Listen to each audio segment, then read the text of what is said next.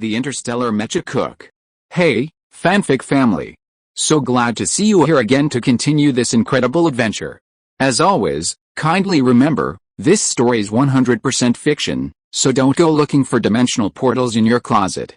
All rights to this fantastic novel belong to the original author. We're just your humble narrators of epic tales. Are you enjoying the fanfic? Show it by subscribing to our YouTube channel and dropping us a like. And if you're impatient for more exclusive content, our Patreon is your happy place. Chapter 301 Crossing the River and Destroying the Bridge. Lin Miaomiao received a video message from her eldest brother, saying that one of his future brothers-in-law was visiting and asked her to help prepare a sumptuous banquet. She readily agreed, as entertaining her brother-in-law was a major event and could not be omitted. However, she disagreed with her eldest brother's request for dishes, for two reasons. First, she was no longer a chef in a restaurant and was not willing to accept orders. Second, they were on a warship, and ingredients were a big issue. Her eldest brother had no idea what was available, and ordering something that was not available would be a waste of time. Therefore, Lin Miaomiao grimly rejected her eldest brother's request for dishes, and after asking how many guests and accompanying guests there were, she decisively hung up the video call. Ren Changning had brought 6 members of the captain's guard with him, leaving only 7 people. If they were accompanying the guests, her eldest brother and his wife would definitely have to go, as would Yi Hongwen and Gu Qinghen. She herself had to go as well, as they were in-laws after all. What's more worrying is that there are no private rooms for guests on the Shenyu. Do they have to eat with everyone in the restaurant? It's not that she would neglect the guests, after all, the conditions of the Shenyu were here, but it would be difficult to make everyone greedy. She can't make all the dishes for the banquet into a big pot and let everyone eat together. After thinking for a long time without a good solution, Lin Miaomiao could only find Yi Hongwen. After receiving the text message for help, Yi Hongwen did not refuse. After saying goodbye to the guests, he immediately rushed to the kitchen.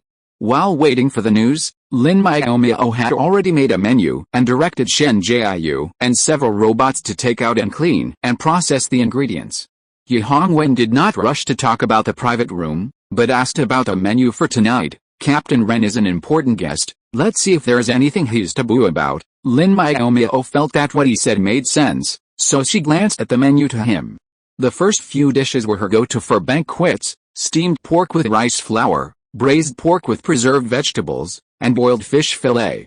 Then came the chestnut roast chicken, taro belly, braised lion's head, boiled shrimp, spicy chicken wings, chopped pepper fish head, braised pig's trotters, roast duck, and stir-fried clams. A banquet full of meat dishes would get tiresome, so in addition to the 12 dishes, Lin Miaomiao also added hot and sour shredded potatoes, steamed egg with lotus root, stir-fried lettuce, and stir-fried green beans. Finally, there was the soup. Originally, Boda jumps over the wall would have been the best choice, but unfortunately, the ingredients were scarce, so she had to settle for a simple lotus root and pork rib soup. Lin Miaomiao said that dishes like stir-fried pork intestines, husband and wife lung slices, and braised pork liver were also delicious, but unfortunately, no one here liked to eat them. Serving them at a banquet would have seemed like disrespecting the guests, so she didn't dare add them. After looking over the menu, Yi Hongwen offered no comments, only casually remarking, "The menu is well organized, with a wide variety of dishes. There's nothing Captain Ren wouldn't want to see." "That's good," Lin Miaomiao said, relieved. She turned and asked about the dining area. Wouldn't it be inconvenient to dine with everyone in the dining room?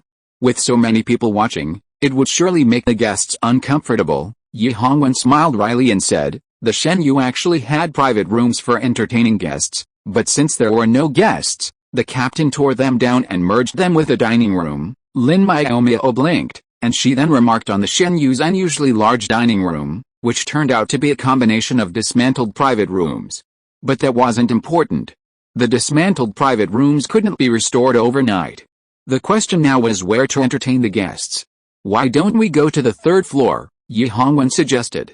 "There's a larger room next to the captain's office. They have desks in the warehouse. We just need to find someone to install and secure them." Lin Miaomiao didn't agree immediately, but instead asked curiously, "I heard that used to be the captain's quarters. Why aren't you living there?" After I arrived at Shenyu, the former captain was reluctant to leave the fleet he'd been a part of for decades, so he stayed for a while to mentor me. Later, when he left, I was too lazy to move, so it just sat there empty, Yi Hongwen said casually. Lin Miaomiao curled her lips. That was a nice thing to say, but perhaps the former captain wasn't reluctant to leave the fleet, but rather the power he held. Although Shen Yu was a bottom-ranked fleet with seemingly little financial prospects, it still commanded over 100 people, a prestigious position among friends and family. Let's go to the warehouse and get some tables and chairs upstairs. If they're suitable, we can recruit a few men from the training room to help out, Lin Miaomiao decided. Yi Hongwen agreed, and the two of them took the tables and chairs and went upstairs. The former captain's quarters were quite spacious, twice the size of Lin Miaomiao's current room, more than enough for a large table. The light was also good, making it a decent enough private room for entertaining guests. Let's do this, Lin Miaomiao quickly decided, instructing Yi Hongwen. I'll put away the furniture, and you go find some people to install the tables and chairs. Yi Hongwen nodded and went out to fetch help. He soon returned with 4 male team members. By then, Lin Miaomiao had also packed up the room and set up the large dining table. Installing the table and chairs was a simple task, requiring no oversight. Lin Miaomiao then ran back to the kitchen to check on Chen Jiayu and the others as they were washing and chopping. She also changed the menu for the team's lunch, adding only 2 meat dishes. Are you burning bridges? Yi Hongwen protested, following behind her. She'd call on him when she needed help, but once the matter was resolved, she'd just leave him alone. I'm busy, I don't have time to burn bridges, Lin Miaomiao replied solemnly. The dining location had been decided, but robots still needed to be dispatched to clean it. And since there were a lot of dishes to cook today, they had to get started early. Okay, Yi Hongwen compromised, pulling a stool to sit in the open space where he wouldn't interfere with anyone else's work. Then I'll stay here with you. Lin Miaomiao paused, then turned back, puzzled. Don't you need to go and keep the guests company? As a captain, wasn't this a bit irresponsible?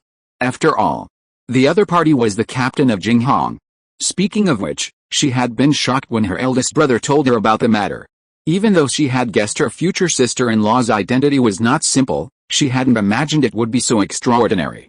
She was still feeling dizzy, as if she was walking on clouds.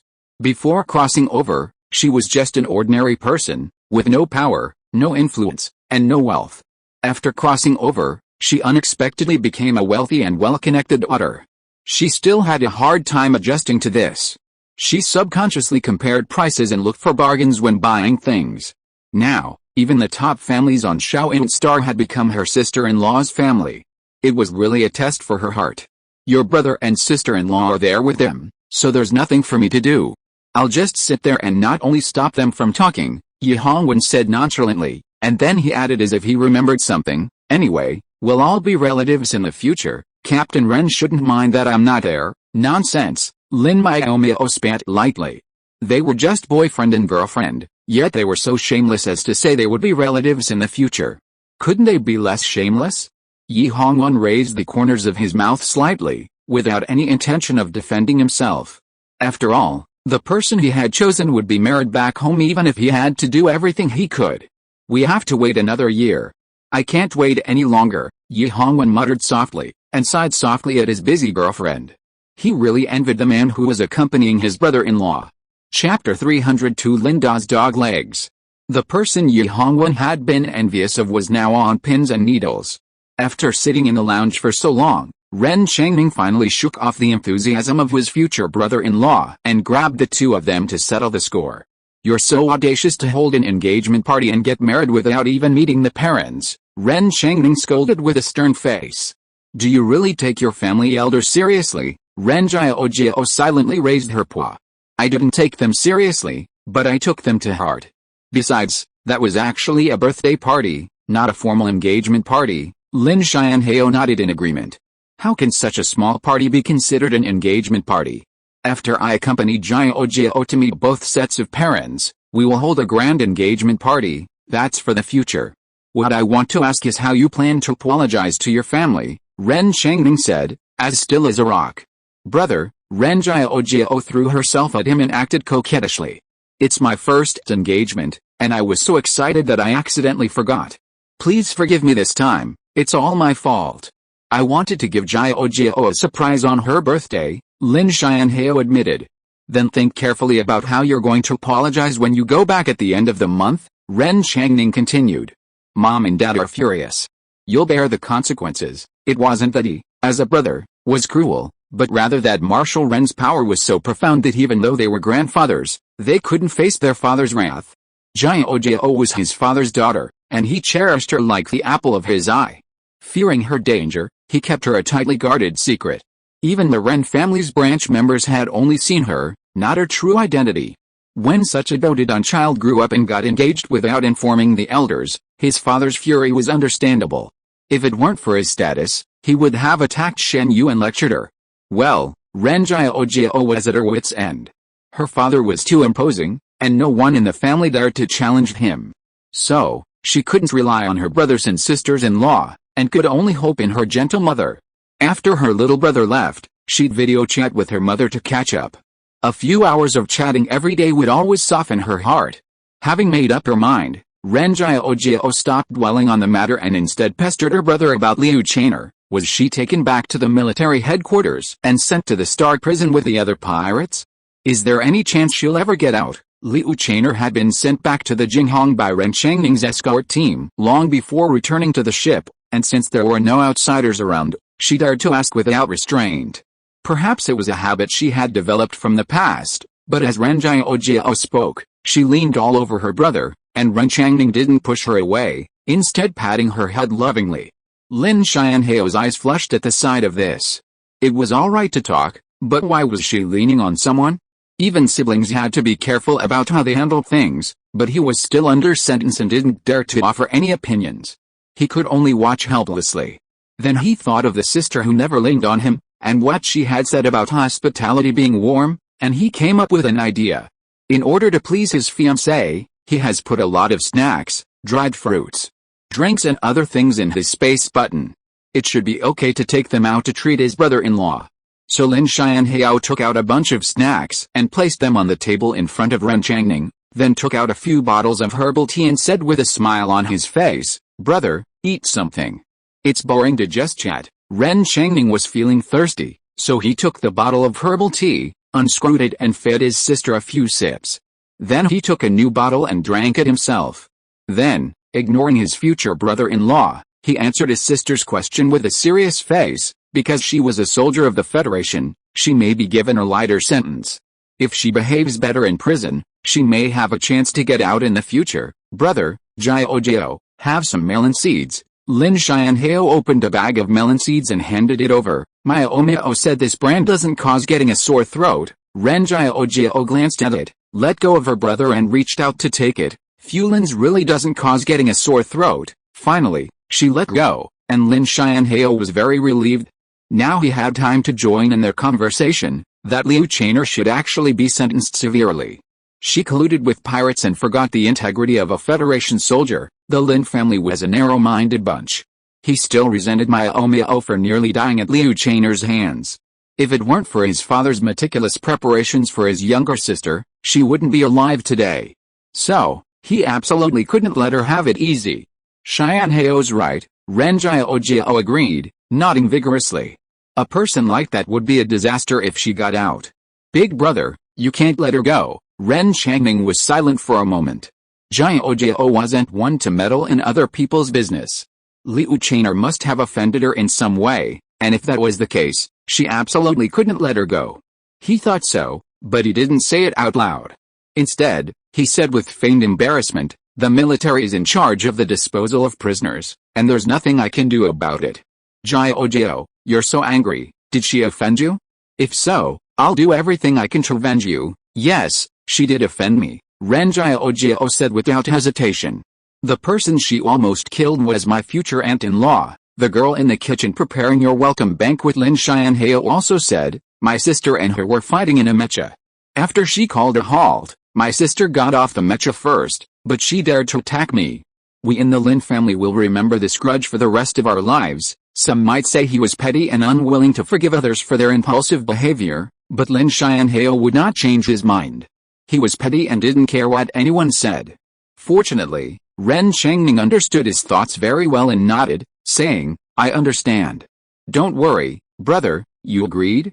That's great, Ren Miaomiao was so happy that she almost jumped up. Lin Miaomiao was also very happy. Although he could find a way even if Ren Changning didn't help, it wouldn't be as convenient as it was now. So he treated his brother-in-law even more attentively, opening the fruit container and repeatedly offering it to him. "Brother, have some grapes. They're already washed and so sweet. Brother, do you want an apple? How about I peel one for you? This dragon fruit is very fresh. Give it a try, brother." Ren Miaomiao's face darkened. Her boyfriend kept showing his affection to her brother and had forgotten about her. What should she do? Ahem. Ren Miaomiao cleared her throat, reminding someone not to forget his existence.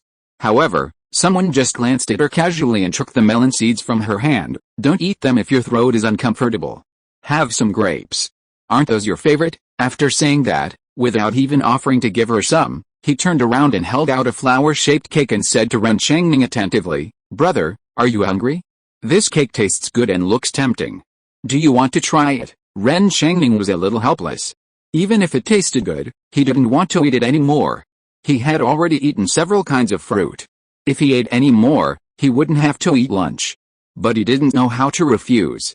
After all, the other person was hospitable, even if he was a little too enthusiastic. "Lin Miaomiao, Lin Dagutui," Ren Miaomiao finally couldn't help herself. "What do you want to do by stuffing snacks into your brother's mouth like this? You don't want him to have lunch, right?" Chapter 303, The more capable you are, the more work you will do.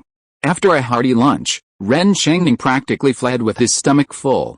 His future brother-in-law's overzealousness wasn't a good thing. He was practically bursting at the seams with his constant urging.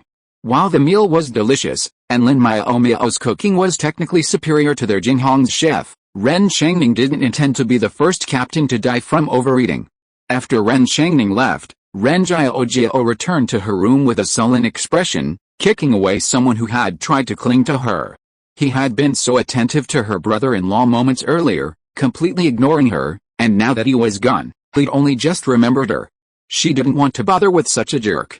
Ren Miaomiao knew, of course, that Lin Miaomiao was simply trying to curry favor with her future brother-in-law to avoid future trouble from her family, but she was still upset and unilaterally decided to go cold turkey for a few days.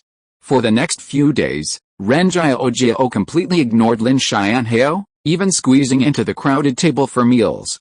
The Cold War finally came to an end when the Shenyu safely returned to base. The day they returned to base after their mission was a default day off. After being away for over half a month, everyone missed the base, especially the soft beds in the dormitories. So, as soon as they disembarked, they rushed back to the dormitories to rest. Ye Hongwen had originally thought about returning to the captain's room to sort out the mission's documentation, but when he saw Lin Miaomiao leisurely walking towards the dormitories, he threw the work over to Gu Qingheng. "Please help me organize the mission documentation." It was like this again, and Gu Qingheng finally couldn't help but explode. "Captain, don't you think you're going too far? I'm only Shen Yu's deputy captain, assisting you. You can't push everything onto me. Since I'm the captain and you're the deputy, you have to listen to me. You have to do whatever I tell you to do seriously," Ye Hongwen said, not feeling that he was doing anything wrong. Gu Qingheng always liked to present himself as a gentle, good guy, so it would be a bit unreasonable not to bully him. Besides, when he was busy, he didn't have time to look for Miaomiao, which gave him more time to cultivate his relationship with his girlfriend. "What are you going to do?" Gu Qingheng asked pointedly. "Are you just going to be a decoration, a mascot, all eating and no work?" "If that's your opinion, I don't object," Ye Hongwen said without a trace of shame. A captain's main task is to know how to use people effectively. There are so many things to do in a fleet. If I had to do it all myself, wouldn't I be exhausted? What does a deputy captain do? Isn't it to assist the captain? He's also a candidate for captain. Ye Hongwen had no problem ordering him around. "But you're not exploiting me like that. Aren't you just taking advantage of me not knowing how to say no?" Gu Qingheng finally understood the importance of being too nice. Being too easygoing makes you an easy target. He and Ye Hongwen had been enemies for over a decade, but after joining the fleet, he was obsessed with making a good impression on Miaomiao, willing to do anything his rival asked him to do. As a result, his rival became increasingly shameless, throwing him work, and he found it difficult to refuse. "That shows you're very responsible," Ye Hongwen said casually. Seeing Lin Miaomiao's figure getting farther and farther away, and almost out of sight, he decided not to waste time talking to him and quickly stepped forward to catch up with him. Gu Qingheng's face darkened. He clearly remembered that Ye Hongwen was an iceberg, with a stern demeanor and a sense of responsibility. When did he become so shameless that he would just run away when he didn't want to pay attention to others? What's even more depressing is that he could run away if he wanted to, and so many people actually spoke well of him. For example, now, he just protested Ye Hongwen's irresponsibility, and someone next to him helped to speak well of him. Deputy Captain Gu, please understand the boss's recent mood. It's normal for people in love to lose focus on work, Luo Cheng said with a smile. You're such a nice person and so capable, so please bear with me, Captain Luo. Deputy Captain Gu certainly won't mind what you said. Look, although he protested just now, he didn't forcefully turn down the work. He was probably just venting his dissatisfaction, Bai Jin said with experience, then looked at Gu Qingheng with sparkling eyes. Am I right? Yu Hongbo was annoyed. Although Deputy Captain Gu was a really nice person, he didn't like hearing Bai Jin praise another man like that. He rushed in and said, of course he doesn't mind. After the praise, the few people left without waiting for the person in question to speak. Gu Qingheng, you've said all the good things about him, what else can we say? Saying that he was actually reluctant to help and was just pretending before. Those who are capable should do more. Lieutenant Commander Gu, thank you for your hard work. Wen Zixi smiled and nodded at him, then walked past him without a pause. As Shen Yu's advisor, Wen Zixi wasn't as naive as Luo Cheng and the others. He had long seen that although Gu Qingheng would carry out his boss's orders perfectly, he felt deeply frustrated. He'd especially watched him just now, wanting to strike someone down but having to endure it, which had made him chuckle. Alice, these days, living your true self is paramount. Compromising yourself to maintain a good image is, at best, self-restrained, and at worst, hypocrisy. When Zixi sighed and shook his head for a long time, then glanced behind him. Unsurprisingly, he saw Gu Qingheng reluctantly heading towards the captain's quarters. Isn't this tiring? When Zixi muttered as he walked forward, only to find his boss, who should have been nowhere to be seen, standing in the pavilion in the middle of the lake, lost in thought, seemingly oblivious to the people passing by. After thinking for a moment, Wen Zixi decided to go over and find out what was going on. So, pretending to be casual, he walked up behind Ye Hongwen and asked in surprise, Boss, didn't you go back to the dormitory? Why are you still standing here alone admiring the scenery? Ye Hongwen said without turning his head. Zixi, do you think there's still scenery to see on the lake now? The lotus flowers that bloomed in the summer had long since withered, and the remaining lotus flowers in the lake were indeed nothing to look at, but Wen Zixi needed a reason to speak, so he could only say with a thick face, dead branches and fallen leaves are also a kind of alternative scenery. Ye Hongwen glanced back at him and said with a half smile, this scenery should be left to a refined person like you. I can't appreciate it. Oh, by the way, Miaomiao said that this lake has seen many lotus flowers, and she has also picked many lotus seeds, so there shouldn't be a shortage of lotus roots. While you are enjoying the scenery, why not find someone to dig some up? When Zixi scratched his ears and said in disbelief, did I hear it wrong? The little cook actually wants to eat lotus roots from the lake? Isn't it very convenient to buy lotus roots on Star Online? Why do you have to dig them yourself? No, you heard me right, Ye Hongwen replied calmly, it would be a waste to leave the lotus roots in the lake without digging them up. Digging them up can save you some money on ingredients. Zixi, don't just save yourself some trouble and be lazy. I didn't. When Zixi wanted to argue, but unfortunately Ye Hongwen was impatient to listen and turned away. Even after he walked a long way, he could still hear Ye Hongwen's encouraging voice, Zixi, work hard. Those who are capable should do more work. Thank you for your hard work. When Zixi was depressed, the words he had just sent out had been returned to him by the boss. It was really a retribution. If you are listening to this novel on a channel other than Fanfic World, it means it was downloaded and re-uploaded without effort. We warmly invite you to visit our channel, Fanfic World. There you will find the original version of this story and many other novels of various genres. We look forward to seeing you dive into a world of incredible novels. Chapter 304 Brother and Sister Conversation. After standing in the middle of the lake for a while, successfully completing the lotus root digging mission, Ye Hongwen returned to the dormitory feeling dejected. He had originally intended to follow Miaomiao back, But the girl had tricked him with a lotus root story. Now that she'd run away, he doubted the door would open even if he knocked. Swiping his card to open the door, Yi Hongwen was shocked to find that the once black room had transformed into a vast expanse of sea. His mother, dressed in a short silk nightgown, reclined on a beige leather sofa, legs crossed. "Hey, Hong Hong, you're back," Gulan greeted casually, her beautiful face radiating contentment. She showed no intention of changing her position, unconcerned that she was about to reveal herself. When facing her own son, there was no need to be cautious. Yi Hongwen swiftly closed the door. Although the top floor rarely saw anyone, he wondered if a brother looking for him might accidentally see him. "Mom, why are you still here?" Yi Hongwen asked, somewhat helplessly. He had been on a mission for over half a month.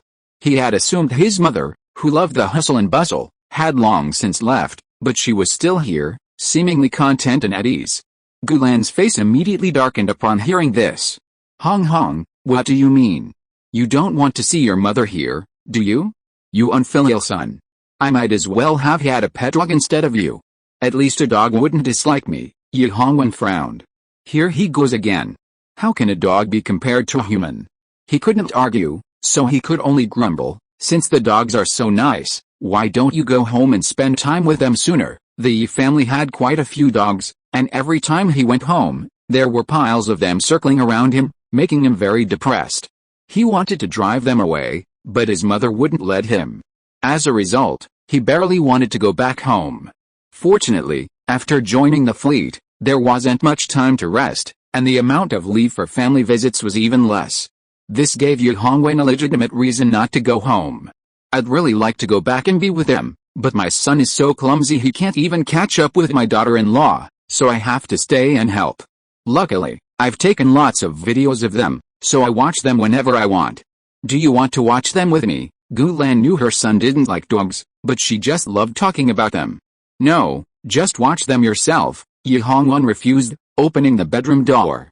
Seeing it still looked the same as before he left, he breathed a sigh of relief. Before closing the bedroom door, Yi Hongwen said to Gulan expressionlessly, "Miaomiao is already my fiancé. I don't need your help." As the door closed, Gulan muttered to herself, somewhat dazedly, "That brat's pretty quick. He's already got her in just 2 weeks. It must have been all for nothing for me to stay here." She had endured the boredom of the base for over half a month, and now she heard it was all in vain. How could she accept this? Thinking of her son's first words upon entering, she felt even more depressed. This guy who despised his own mother must not be let off easily. Did she say that she had caught up with her future daughter-in-law? Then she would cultivate a mother-in-law relationship with her daughter-in-law. In the future, her daughter-in-law would like her more as a mother-in-law. Just thinking about it made her excited. After making up her mind, Gulan hurried back to her room to change clothes. At this time, Lin Miaomiao was having a difficult conversation with her eldest brother. "Miaomiao, is your brother good to you?" Lin Xianhao asked with a smile. "It's not that bad," Lin Miaomiao replied, "but ever since you got your sister-in-law, you haven't been as attentive to me as before." Lin Xianhao's smile froze. "Isn't it because your sister-in-law is so hard to woo? You should have paid more attention at first. If you slack off, she'll run away and I'll be single," Lin Miaomiao said with disdain. "It's so hard to chase a wife. Big brother, you have such low EQ. Why don't you ask me for advice?" "Ask you?" Lin Xianhao shook his head in disapproval. "You've been chasing a man for years and haven't been able to catch him. If I ask you for advice, my wife will be gone." Lin Miaomiao's face darkened. Big brother was really too much? Didn't he know that when people are in trouble, they won't break up? He actually slapped her in the face like this. "Big brother, if you have nothing to do, go back to the dormitory or stay with your wife, otherwise she'll run away if you're not paying attention." Lin Miaomiao decided to send him away. I have something to say," Lin Xianhao said displeasedly. He hadn't achieved the purpose of his visit today. How could he just leave like that? "If you haven't finished, then don't talk about it. You're the one who's been busy bringing up the past. Don't blame me," Lin Miaomiao said angrily, pushing him out. Lin Xianhao burst into tears after accidentally saying the wrong thing. He really must have said it on purpose. Could he have given him a chance to make amends? "Sister, I was wrong. You're still the best one," Lin Xianhao said, speaking faster. "Look, The guy you've been pursuing for years came to you when you said you were giving up. Now he's your boyfriend. That shows you're very experienced." Lin Miaomiao was instantly furious. "You're the one who's experienced. I've only pursued this one person and had this one relationship. How can you say you're experienced?" Why did he say the wrong thing again? Lin Xianhao felt so tired. If he continued like this, he would have to ask his father for support to buy gifts for the Ren family. He could imagine what his father would say. For example, "I give you hundreds of thousands of pocket money every month, and you squander it all. You're a typical spendthrift. How can I trust you to hand over the family business to you in the future?" Or, for example, "You're so old, and you don't learn from your sister to invest in things. You even ask the elders for money to buy gifts for your family. You're really promising." No, he couldn't just give up like that. Lin Xianhao said pitifully, "Little sister, can you please talk it out nicely? What I said just now was all unintentional. Please forgive me." Lin Miaomiao's expression brightened slightly. After all, he was her brother and usually treated her well. Although he had been more concerned with his sister recently, it was understandable, so she stopped trying to drive him away. "Just say it directly if you have something to say. Don't beat around the bush." "I don't like it," Lin Miaomiao said straight to the point. "Okay," Lin Xianhao agreed. He knew his sister was a straightforward person, but he was a little embarrassed. It seemed a bit embarrassing to ask his sister for help. But it wasn't the first time, and as the saying goes, first time is strange, second time is familiar. You get used to it, Lin Xianhao thought, and said with a thick face, "My pocket money's all gone, and I don't have money left to buy gifts for the Ren family next month." Lin Miaomiao raised an eyebrow. She'd been going around for so long just for this, quite patient. But she didn't bother to say anything more. The Ren family wasn't an ordinary family, and her brother would definitely buy something nice when he went there. It was understandable that he didn't want to ask their father for help, so it was natural for him to ask her for help. But this couldn't go on. Her brother was about to start a family, and the fleet allowance and the pocket money from their father wouldn't be enough. He wouldn't be so shameless as to constantly ask her for money. He had to find some income.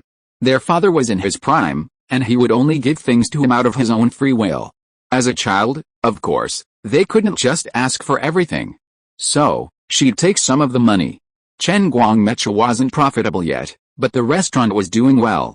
Since she was in charge, her uncle split the profits 40% and 60% with her. She had 6 floors, so just one for her eldest brother would be enough. It wasn't that Lin Miaomiao was stingy, but she knew that once her eldest brother had a child, their father would definitely give some money from Heguang to pay for the milk powder. She only gave her eldest brother some money to help him get by. However, the paperwork still needed a few days, and if she told him now, he would definitely refuse. So she had to support him this time. Lin Miaomiao pondered, then asked, "How much does eldest brother need?" "Is the same as last time enough?" As expected of siblings, they were really generous to her. Lin Xianhao smiled and said, "That's enough." Chapter 305 Listening to Mother Yi's Past Stories. His goal accomplished, Lin Xianhao happily prepared to return to his dorm. As he opened the door, he was met with a fist. It was Gulan, who was about to knock.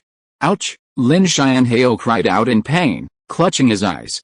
Though Gulan's knock wasn't strong, she hit him perfectly, piercing his delicate eye socket. Gulan was also startled. "Oh, brother-in-law, are you okay? What a coincidence that I caught you opening the door." Lin Xianhao didn't know whether to laugh or cry.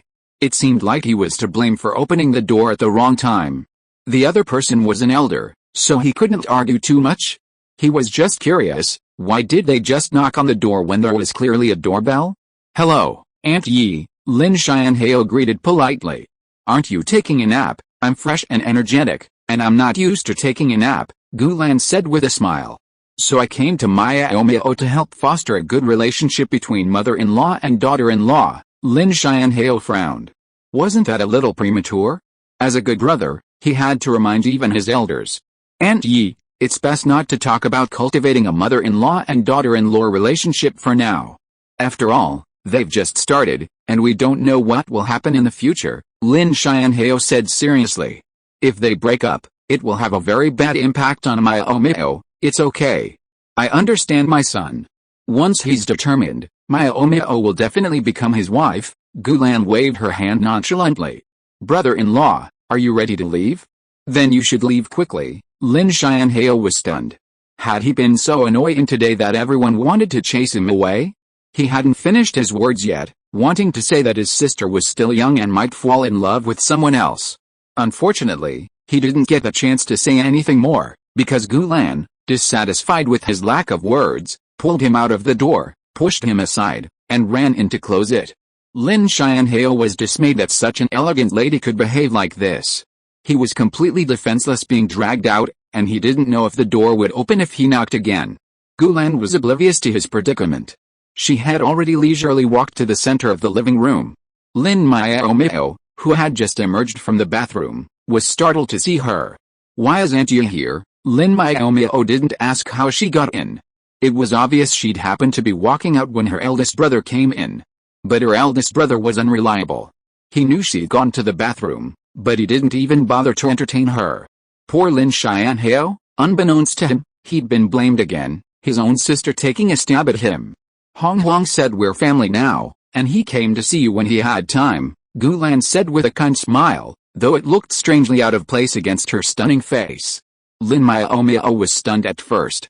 Who is Hong Hong? Then, realizing what she was saying, she burst into laughter. It was surprising that someone as icy as her could have such a cute nickname. Then, she felt embarrassed again. Family sounded so embarrassing. Besides, they were just newlyweds. Was there any need to make a scene involving even their parents? Well, you must be mistaken. Lin Miaomiao decided to explain first. Yi Hongwen and I are not at the stage of discussing marriage yet. I know, Gulan said, interrupting with a smile, because you are young. You need to talk about the time before talking about marriage, right? It doesn't matter. We can cultivate the relationship between mother-in-law and daughter-in-law first. Lin Miaomiao was shocked. She was not married yet and had a mother-in-law. This was too scary. How could she not do that? Just as she was thinking of the words to refuse, Gulan pulled her to sit on the sofa with a very hostile demeanor and began to talk about Yi Hongwen. The two of them were not familiar with each other and there was a big age difference. It was not easy to find a topic to talk about. After thinking about it, it was better to talk about Yi Hongwen. Actually, my Hong Hong was very lively and clever when he was little. Gulan shook her head and sighed. He used to be a very cute kid who loved to act spoiled. Before he was 5, he loved playing in the mud with the kids next door and playing house together. Lin Miaomiao's eyes widened. A miniature iceberg popped up in her mind. He was sniffling and playing in the mud with a few little kids using all kinds of boxes and shovels. The picture was so beautiful that she wanted to laugh just thinking about it. Isn't playing in the mud a bit dirty? You don't stop us, Lin Miaomiao asked curiously. And now we have to go to the wild to find mud. The city was too well built. Except for the flower beds and flower gardens, there was a flat ground made of reinforced concrete everywhere. It looked beautiful, but it actually lacked a lot of fun. Just wash it if it gets dirty. You should connect with the earth at such a young age, Gulan said nonchalantly. As for the dirt, we don't live in a big city with skyscrapers. We live on a large farm, where dirt is everywhere. You'll see later, living on a farm must be nice. Lin Miaomiao was a little envious. Cities are bustling, but the air quality is terrible, even with air conditioners. That's why truly elite families or those in secluded areas don't live in cities these days. Instead, they buy a small, pristine, habitable planet and live there. However, such planets are rare, and no one dares to live in remote areas. After all, even the private fleets of major families wouldn't be able to withstand attacks from large pirates. Most importantly, even a small planet is prohibitively expensive. Even a CEO like Lin's father, worth over 100 billion, can't afford it. Even if he could, he wouldn't be able to build a planetary defense. But in the future, she could consider buying a large farm on a pristine planet with good defenses to provide herself with a healthy living environment, Lin Miaomiao thought, trying to regain her composure and continue listening to Mother Yi. When he was little, he always loved to dress like adults, but his dad was never home, and he was so young, so he didn't know the difference between men and women, so he would always secretly wear my clothes. Gulan's face was filled with nostalgia. I remember one time he fell in his high heels because they were too big and high, and his skirt was dragging on the ground. Puff. Fortunately, she didn't drink water right now. Otherwise Lin Miaomiao would have suspected that she would spray water in Yi Mama's face. How did Yi Hongwen, so lively and cute, get such an icy face? Did something happen to him later, like being kidnapped and beaten by someone who disliked him, or was he just a reincarnated person like her? But she was not in a hurry to know these. What she wanted to know more was, did Antir take some photos of him wearing women's high heels as souvenirs? Gulan smiled mysteriously. If someone else asked, I would definitely say no, but it's different if you ask. I'll send you some photos of Lele later, but don't let Hong Hong know. He has deleted thousands of my saved photos. Okay, I will never let him know. Lin Miaomiao nodded quickly. How could he possibly know such a big handle? This is a big amulet that will protect her from being bullied by the big iceberg in the future. Chapter 306 Yin Ma leaves. Gulan was a man of her word, never dragging her feet when she promised to send photos. After Lin Miaomiao agreed to keep them secret, she immediately sent over 100 photos, instructing her, wait until I get back to see them. Now, let's continue chatting. Although she didn't understand why she had to wait until Mother Yi got back to see them, she felt it was pleasant to continue chatting. Lin Miaomiao immediately responded, closing the virtual screen on her communicator. Come on, let's continue talking about Hong Hong's adorable childhood, Gulan said with a smile. Lin Miaomiao nodded without objection. Not every mother-in-law would share her son's childhood antics with her daughter-in-law, and getting to know their childhood boyfriend was a nice touch. Gulan's subsequent recounting wasn't particularly remarkable. It was just a collection of stories about Hong Hong's mischievous ways and his tendency to act like a grown-up. Lin Miaomiao found it boring after a while, and her earlier question resurfaced. After a moment's thought, Lin Miaomiao pulled 2 bottles of juice from her mobile phone, unscrewed one, and handed it to Mother Yi. You must be thirsty after talking for so long. Have a drink to moisten your throat, a little, Gulan said with a smile, accepting the drink. While Yi's mother tilted her head back to drink water, Lin Miaomiao asked casually, since he was so mischievous as a child, how did he become like this when he grew up? It's all his father's fault. He's such a bad-tempered man, Gulan said angrily. He was a good kid, but he turned against him and became an iceberg. Then, Yi's mother recounted the bloody story of how Yi Hongwen transformed from a mischievous child to an iceberg, leaving Lin Miaomiao's mouth hanging open. Just as Lin Miaomiao was about to express her opinion, there was a knock on the door. She swallowed her words and stood up to open it. Gulan grabbed her first. It must be Hong Hong. You have to keep what I said a secret. Lin Miaomiao wanted to laugh, but nodded seriously. I will keep it a secret. She opened the door and saw Yi Hongwen standing outside. My mother is here with you, right? Yi Hongwen asked directly. His words were interrogative, but his eyes were firm. Well, she said she couldn't sleep, so she came to talk to me. Lin Miaomiao was embarrassed to say that Gulan's purpose was to cultivate the relationship between mother-in-law and daughter-in-law, so she just made up an excuse. Yi Hongwen's mouth curled up slightly. He didn't think his mother was using such an excuse, but it didn't matter. The important thing was that he now had a reason to step into Miaomiao's dormitory. Let's go in and talk. Doesn't it feel awkward standing at the door? Yi Hongwen said, and he took the initiative to walk in. He didn't care that the owner was still occupying the middle of the door. He hugged the person tightly in his arms and then closed the door. Yi Hongwen, Lin Miaomiao cried out through gritted teeth.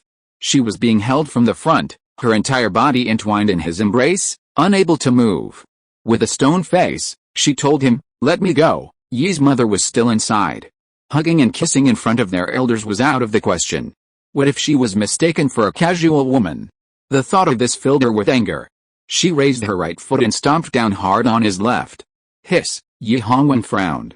The soles of his military boots were made of a durable, wear-resistant material, in other words, very thick.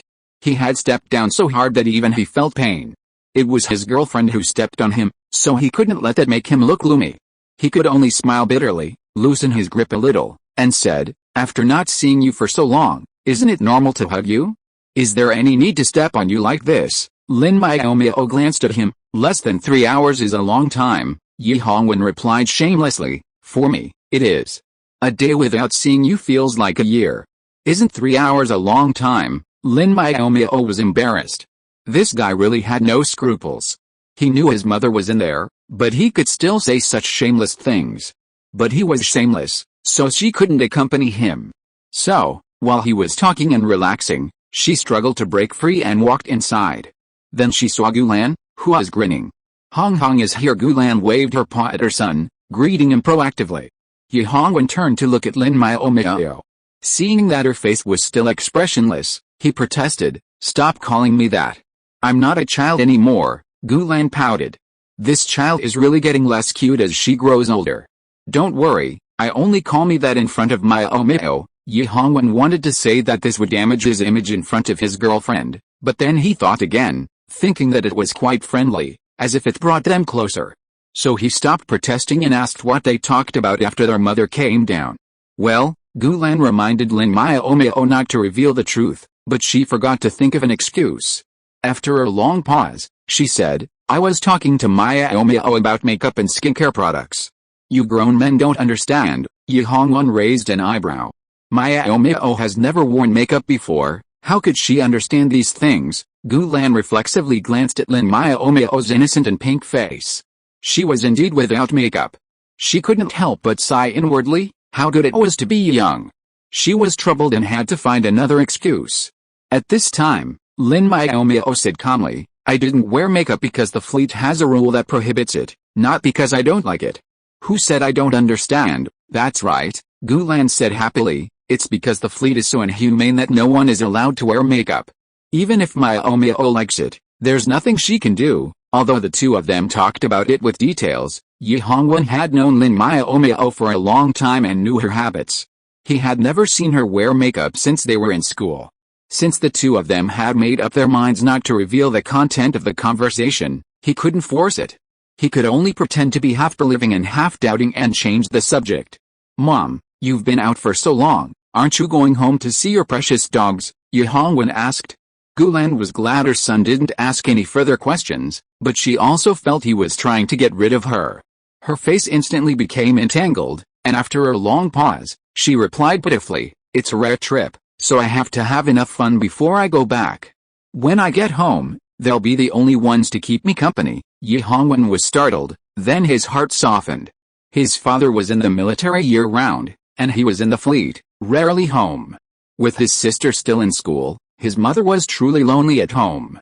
In that case, then stay here for a while, Ye Hongwen compromised. "If you want to see your father, I can take you there." After all, the fleet didn't have set visit times for family members. As long as it didn't affect normal training and missions, family members could stay as long as they wanted. It was just that access to the base was more restricted. Speaking of Ye's father, Gulan couldn't keep her composure. They were so rarely together every year, and saying she didn't miss him was just self-deception. Besides, her son was grown up and had a girlfriend. What else could she worry about? "I really miss him a little bit." "Then take me to your dad's place now," Gulan said, already impatient to leave. She stood up and urged, "Hurry up. If you go now, you might be able to have dinner with your dad." Ye Hongwen was speechless. He stood up helplessly and said to Lin Miaomiao, "I won't be able to come back in time for dinner. Please save some for me." Lin Miaomiao was a little surprised. Since Ye's mother could make it to dinner, why didn't he just have dinner with his parents? However, seeing Ye's mother's anxious look, she didn't ask too much and just nodded in agreement. Gulan left as soon as she said she would. Her temper was really impetuous. However, no matter how anxious she was, she didn't forget to say goodbye to Lin Miaomiao. "Goodbye, daughter-in-law. Come home and play with Hong Hong when you have time in the future." Lin Miaomiao. Chapter 307, Transformed Beast. Mother Yi arrived quietly and departed with equal impassivity. Her departure didn't cause much of a stir in Shenyu, and the fleet members paid her no mind, treating her as just another family member visiting their son. After their visit, they'd leave naturally. Only Shang Ruanan felt a little annoyed. She had hoped to cultivate a good relationship with Mother Yi, but they'd gone on a mission the day after her arrival. Upon her return, she'd barely figured out how to approach her before she was gone. She was deeply disheartened. Her frustration wasn't destined to last long, as Shenyu, normally quite free and tasked with finding her own missions, seemed to have recently struck gold. She'd received the attention of the military, and just as she'd finished a major mission, she received a new one. This mission sounded ordinary enough, simply monitoring the movements of an alien beast. Shenyu had done this countless times and hadn't considered it difficult. But when the target of the mission was revealed, everyone was shocked. They were supposed to be monitoring a shape-shifting alien beast. Hu Zhi, a native of Yemen, is listed as 31 years old. He built a Hu's fresh grocery supermarket chain from scratch and owns his own farm and ranch, but their location is unknown. We only recently began to learn about them when we participated in the Sanda Planet Defense mission. Yi Hongwen explained the general situation and then pulled up several videos. They all showed thriving vegetable gardens. They looked ordinary, except for the fact that there were monkeys as tall as humans watering and fertilizing them. Wow, aren't these monkeys a bit too smart? They even know how to water and fertilize, Bai Jin thought longingly, slurping her saliva. If only I had one too. Go to sleep. Can you afford such a clever monkey? Yu Hongbo complained. Qian Qian can't afford it, but Hongbo, you can. Buy one and propose to her. Maybe it'll work in one go, the people around him said. Yu Hongbo was tempted. He knew Qian Qian loved small animals. If he could get a monkey like that as a gift, she would definitely love it. Forget about accepting a proposal, just being his girlfriend would be great. Why not ask the boss after the meeting what planet this farm is on? Having just gotten a girlfriend, the boss would surely understand his feelings and share all the information. Yu Hongbo had just made his decision when he was dealt a devastating blow. After showing the video, Yi Hongwen said, these videos were taken from the alien beast planet next to Sanda. Because of the seriousness of the matter, they weren't released at the time, but instead were uploaded to the military. So, these seemingly intelligent monkeys were actually mutants, simply too weak to fight, and were assigned to watering and planting vegetables. Monkeys have learned to plant vegetables. Could it be that alien beasts are also beginning to develop a civilization? Liu Kaoyu marveled. Although not yet qualified for a mission, the fleet would summon all members for a briefing when a mission required explanation. This gave those who couldn't go on a mission a sense of participation, encouraging them to train harder and improve. In fact, even if they cannot attend such a briefing, everyone is training very hard, because there are 5 beautiful mechas waving at them in front. Those who cannot go on the mission are not at level 4, and the gap to level 5 is very far. So they have to work harder. Kair, you idiot. You were so focused on the monkeys, you didn't notice anything else. Yu Zixin poked Liu Kaoyer's forehead with a finger, as if to wake her up. Look at that greenhouse in the vegetable garden. Both its shape and material look extraordinary. It's not something a beast could possess. Liu Kaoyer was startled. Could they have robbed a human transport ship? There's no point in guessing. Lin Miaomiao stopped her from continuing. Just be quiet and listen to the boss's explanation. Fang Licken glanced at Lin Miaomiao and said, bafflingly, even calling me boss won't hide your relationship. Lin Miaomiao's ears suddenly felt hot. That bastard Yi Hongwen had exposed their affair in front of everyone. Even those not on the ship had heard about it.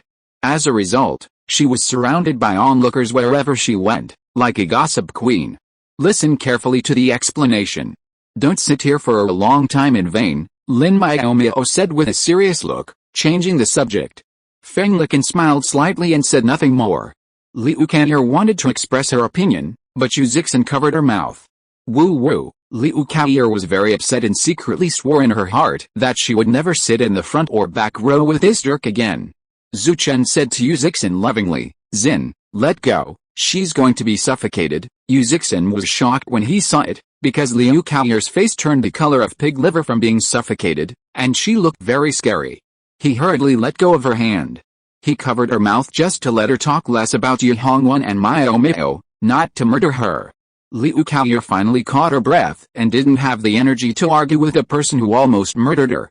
She could only say something harsh. Just wait, I will never let you go. He really didn't mean it. Yu Zixin burst into tears. If Zhang Xingai's face hadn't been so ugly, he wouldn't have tried to stop Kaoyer from speaking. To be honest, Xingaian is not generous enough. It's not like he doesn't know that Miaomiao has someone she likes. Now that they are together, there's nothing wrong for him to be sad, but he shouldn't be so disrespectful to his friends. Yu Zixin was thinking about how to persuade his friends after the meeting, but Yi Hongwen on the stage felt that the people below were too noisy, so he turned up the speakers to the maximum and shouted coldly, quiet, up. Yu Zixin shuddered, he was scared by the sudden explosion. What's wrong with Ashin? Zhu Chen asked in a low voice. Yu Zixin shook his head, but didn't dare to be distracted again. The consequences of being distracted were too serious. It's retribution for being distracted. Lin Miaomiao explained for him with a wooden face. Yuzixin. Damn. He was just distracted for a while and he was scared, and he was exposed again. These two people happened to be boyfriend and girlfriend. They really cooperated well. Lin Miaomiao didn't care about Yuzixin's expression. She was more focused on the news she'd just heard. This world was truly fantastical, with even shape-shifting beasts appearing. Should she venture into the deep mountains and forests to seek some adventure? Maybe she'd find the caves of cultivation depicted in novels? But she couldn't set out until she became a high-level mecha pilot. Otherwise, the deep mountains and forest would be her burial ground, and those beasts wouldn't be easy to deal with. Just as she was lost in thought, Lin Miaomiao heard her name being called and hurriedly stood up, saying, "Here." The conference room fell silent. Everyone stared at Lin Miaomiao, stifling laughter. Clearly, she was just another person who'd been woken from a trance. Lin Miaomiao was bewildered by the ridicule. It was normal for her to respond when called. Why were they all looking at her like that? Yi Hongwen, somewhat frustrated, patiently explained, "Just reading out a list of names for this mission. It's not a combat mission, so not many people are needed." Not a combat mission? Lin Miaomiao was puzzled. "No," Yi Hongwen replied, "Hu Zihi's identity as a transformed beast is still just a guess. What we need to do is to get close to him and confirm the truth of this guess." Lin Miaomiao was embarrassed. So, are they going to play an undercover game? Chapter 308 Zhang Xingai's Reluctance. After the meeting, everyone went back to their usual tasks. The timeline for this mission still needed to be confirmed, so there was no rush. Lin Miaomiao followed a few friends out of the meeting room and was about to head to the Chengguang gravity chamber for training when Gu Qinghang stopped her. "Miaomiao, can I talk to you for a few minutes?" Gu Qinghang's tone was gentle, yet with a stubborn insistence that wouldn't be denied. He'd been looking for a chance to talk to Lin Miaomiao for days, but couldn't find the right one. Either he was too busy or he couldn't find anyone. Today, Yi Hongwen hadn't assigned him any work, so of course he jumped at the chance to stop her. Lieutenant Captain Gu," Lin Miaomiao said somewhat awkwardly. "I don't have time. I need to go to training." In the past, Lin Miaomiao would have agreed to Gu Qinghang's request without hesitation. After all, they were friends, so chatting was normal. But she took Yi Hongwen's words to heart. "Just a few words," Gu Qinghang said, his usual smile gone. He pursed his lips and stared at her intently, clearly determined to achieve his goal. Seeing this, Fang Lican advised, "Miaomiao, just talk to the deputy captain. A few words won't take much time. Sometimes, it's better to speak directly than to hide things, to avoid more serious consequences later." "Right," Liu Kaoyi agreed. She didn't understand why Miaomiao would refuse, having heard they were friends before. So, she suggested, impulsively, "Otherwise, Deputy Captain Gu, please speak here if you have anything to say." Fang Lican held her forehead in her hand. This guy was really stupid. The deputy captain clearly had something to discuss privately, and she actually suggested such a thing. She really didn't know what to say to her. Even Yuzixin couldn't help but chuckle. Ever since the example of Zhang Xingai, he had begun to carefully observe the people and things around him. Of course, he had also noticed the difference in Gu Qinghang's attitude towards Miaomiao, which was why he didn't speak rashly this time. "Kair, you're stupid," Zhang Xingai suddenly said with a gloomy face. How could he say that in front of everyone? After all, Miaomiao already has a boyfriend. No matter how talented he is, he wouldn't dare openly steal the captain's girl. "Xingai, don't talk nonsense," Yuzixin growled. "Do you even know what you're talking about? You know some things are better left unsaid than spoken. Do you want to end up like Yaoqian?" Zhang Xingai didn't appreciate it. He had already made up his mind the moment he opened his mouth. He was selfish and didn't want to be sad alone. "Of course I know what I'm talking about." I dared to say it to his face. "I'm sure the deputy captain wouldn't back down," Zhang Xingai sneered. "But even if he did, it wouldn't be of any use. Miaomiao has liked the captain for years. The captain finally offered her an olive branch. How could she let go?" The team members who hadn't had time to leave were no longer willing to go to training. They pretended to pass by and walked around at a snail's pace. Doesn't she really feel it's unnecessary to act this way? If it weren't for the fact that she was the heroine of the gossip incident, Lin Miaomiao would definitely suggest that everyone just stand and watch. But Zhang Xingai, A friend of several years, is it really going to come to the point of falling out? Lin Miaomiao took a deep breath and said coldly, Xingyuan. You don't need to air my affairs. Even if I have liked Ji Hongwen for a few years, that is my business and has nothing to do with you. How can it have nothing to do with me? Zhang Xingyuan approached her with red eyes. You only know that I have liked you for several years, but you don't know that for you, I even lost my brother Yaoqian. Everyone looked at him with sympathy. It turned out to be another infatuated seed that even a heavy rain could not drown. Lin Miaomiao took a few steps back and stood still. I have already rejected you, so don't put all the responsibility on me. I can't bear it, Xingyuan, stop it. This matter has nothing to do with Miaomiao in the first place. Yu Zixin disagreed and stepped forward, trying to drag him away. Liu Kaoyer stepped in front of Lin Miaomiao. Zhang Xingyuan, I really despise you. You know exactly why Yaoqian broke off our friendship. Back then, when he was pursuing Miaomiao, you were clearly unhappy, yet you kept goading him into doing things Miaomiao didn't like. Do you think he's a fool, someone who'll never see through your despicable tactics? Nonsense. I wouldn't do that. Zhang Xingyuan's face paled. How could Liu Kaoyer know all this? He'd never goaded her in public, so she couldn't possibly know. You must be thinking I'm trying to trick you, right? Liu Kaoyer doubled over in laughter. You dare to do it, but you don't dare to take responsibility. You're ridiculous. I feel so bad for Yaoqian. To help you, he's alienated everyone and even deliberately done something bad. Kaoyer, don't get excited, Fang Licken said worriedly. Lin Miaomiao had originally thought Liu Kaoyer simply disliked Zhang Xingyuan's behavior, but only now did she realize something was wrong. Kaoyer was clearly very concerned about Yaoqian's affairs. Could it be that she liked him? But before she could even ask the question in her mind, Zhang Xingyuan spoke first. What's the point of feeling sorry for him? He likes your best friend, and it was because of your good friend's rejection that he went to another fleet alone. Don't you hate him? Haven't you ever considered that if he were also in Shanghai, you might still have a chance to win his heart? Kaoyer, Lin Miaomiao felt a little irritated and uneasy, but she didn't know what to say. What on earth was going on? Her best friend liked the admirer she had rejected. How could she untangle this mess? She didn't want to lose Kaoyer, because Kaoyer was the first one to reach out to her when she first returned to the unfamiliar school. Liu Kaoyer turned around and smiled at her. Miaomiao, don't be silly, this is not your fault. Yaoqian told me that he wanted to come to Chennai, but Xingyuan's words and deeds became more and more dark. He knew that he was making it difficult for Xingyuan to speak out his thoughts, and was afraid that he would go astray if he continued like this, so he deliberately stayed away from him. No, it's not like that. Zhang Xingyuan glared at Liu Kaoyer fiercely. Don't spread rumors here deliberately. I won't be fooled by you. You know the truth in your heart. I only say it because Yaoqian still misses you and is afraid that you will go astray. Liu Kaoyer said indifferently, reaching out and pulling Lin Miaomiao. It's time to go to training. There are some things he has to think clearly about. There's no use for you to worry about it. Lin Miaomiao did not speak, but just followed her out obediently. But felt a little melancholy in her heart. They were originally a group of 7, and then Yaoqian left, and now Zhang Xingyuan is probably going to drift away.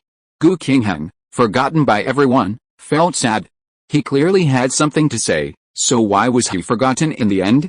He had just tried to regain the initiative, but found that he couldn't get a word in. Was he just going to give up like this? Chapter 309 Confession. Gu Qingheng considered giving up, but he hesitated. He had plenty of options. If it weren't for Lin Miaomiao, he wouldn't have come to Shanghai, despite the poor conditions. Although he didn't regret it after coming here, he still didn't want to leave any regrets. It wasn't just about saying it in public, and the possibility of rejection. These were minor matters. He simply wanted to express his feelings. Lin Miaomiao, Gu Qingheng dropped his usual mask of gentleness and called out to the receding figure. I like you. Not just the kind of affection between ordinary friends, but the kind between a man and a woman. Lin Miaomiao paused, frustrated that she hadn't walked fast enough, causing him to say it out loud. But she also felt strangely relieved. Finally, she had said it, no longer worried about this time bomb exploding in an awkward situation. As for her response to him, she thought it through instantly. She turned around and said calmly, I already have someone I like, and he's my boyfriend now, so I can't agree to your request. There was no apology, because there was no right or wrong in liking someone. She only treated Gu Qingheng as an ordinary friend, and her feelings for him were the same as her feelings for Kair and the others. That was all. Gu Qingheng smiled. He'd expected to be rejected, but he was glad he didn't hear the sorry. He'd been rejected so confidently, without feeling the slightest bit wrong. This calm demeanor made him feel at ease, unembarrassed, as if he'd just been asked for a treat and been rejected. Since you've rejected me, should I challenge Yi Hongwen to a duel and get him to give you up? Gu Qingheng asked jokingly. Lin Miaomiao rolled her eyes at him. If you want to challenge him, go ahead. I won't stop you from asking for trouble, but I won't be your stake. In that case, forget it, Gu Qingheng said, ruefully. Without such an attractive stake like yours, I won't be looking for trouble. If it were any other level 6 mecha pilot, he'd have some confidence, but with Yi Hongwen, with his incredibly perverse combat awareness, he had no chance of winning. That's your own business. If you want to be challenged, I can't help you. I might even go and watch, Lin Miaomiao replied. Hey, Miaomiao, isn't that too much? Gu Qingheng couldn't help but protest. Even if we can't be lovers, we're still friends. You're still thinking about watching the show? Lin Miaomiao replied coldly. You can have many friends at once, but you can only have one boyfriend at a time. Gu Qingheng burst into tears. Is it really okay to openly prioritize love over friendship like this? Isn't she afraid of heartbreaking her friends? Of course not. Lin Miaomiao felt that if you were her best friend, they would definitely get along peacefully with her boyfriend. Even if their personalities were too different, the worst that could happen was that they wouldn't interfere. Even the best of friends had no right to meddle in her love life. Of course, they could still offer opinions, but she would calmly judge right from wrong, agreeing with what made sense and dismissing what didn't. Everyone was impressed by her thinking. Her words were a bit illogical, but surprisingly reasonable. After confessing his love and receiving the expected rejection, Gu Qingheng prepared to leave, but before leaving, he decided to leave with a few words he would say if his confession failed. I won't give up. If you can't make it and break up, feel free to come find me, but be quick, because I'm not sure if I'll find another woman who makes my heart flutter again after giving up on you, Gu Qingheng said, then casually departed. The crowd waiting to see the show was stunned. Something was off about this scene. It wasn't as exciting as the previous one. Shouldn't a person who's been rejected be filled with grief and accusing the person they're confessing to of their callousness? However, Deputy Captain Gu was truly graceful. Even after being rejected, he remained unfazed, showing no sign of a dark side. He made the previously ferocious look like a scumbag. Look, even the male protagonist of the previous scene was stunned. So, is this the end of this confession drama? Liu Kao's voice drifted. She hadn't even seen enough. It was like encountering a table full of delicious food, only to have it snatched up before she'd even taken a few bites. This feeling of being stuck in the middle was truly heartbreaking. What else? Do you still want to see that if you don't agree to me, you're a heartless person show? Fang Liqin said disdainfully, hinting at someone's unreasonable behavior in her words. Liu Kao rolled her eyes and pretended to glance at Zhang Xingyan, who looked ashen. She suddenly felt that this was the best ending.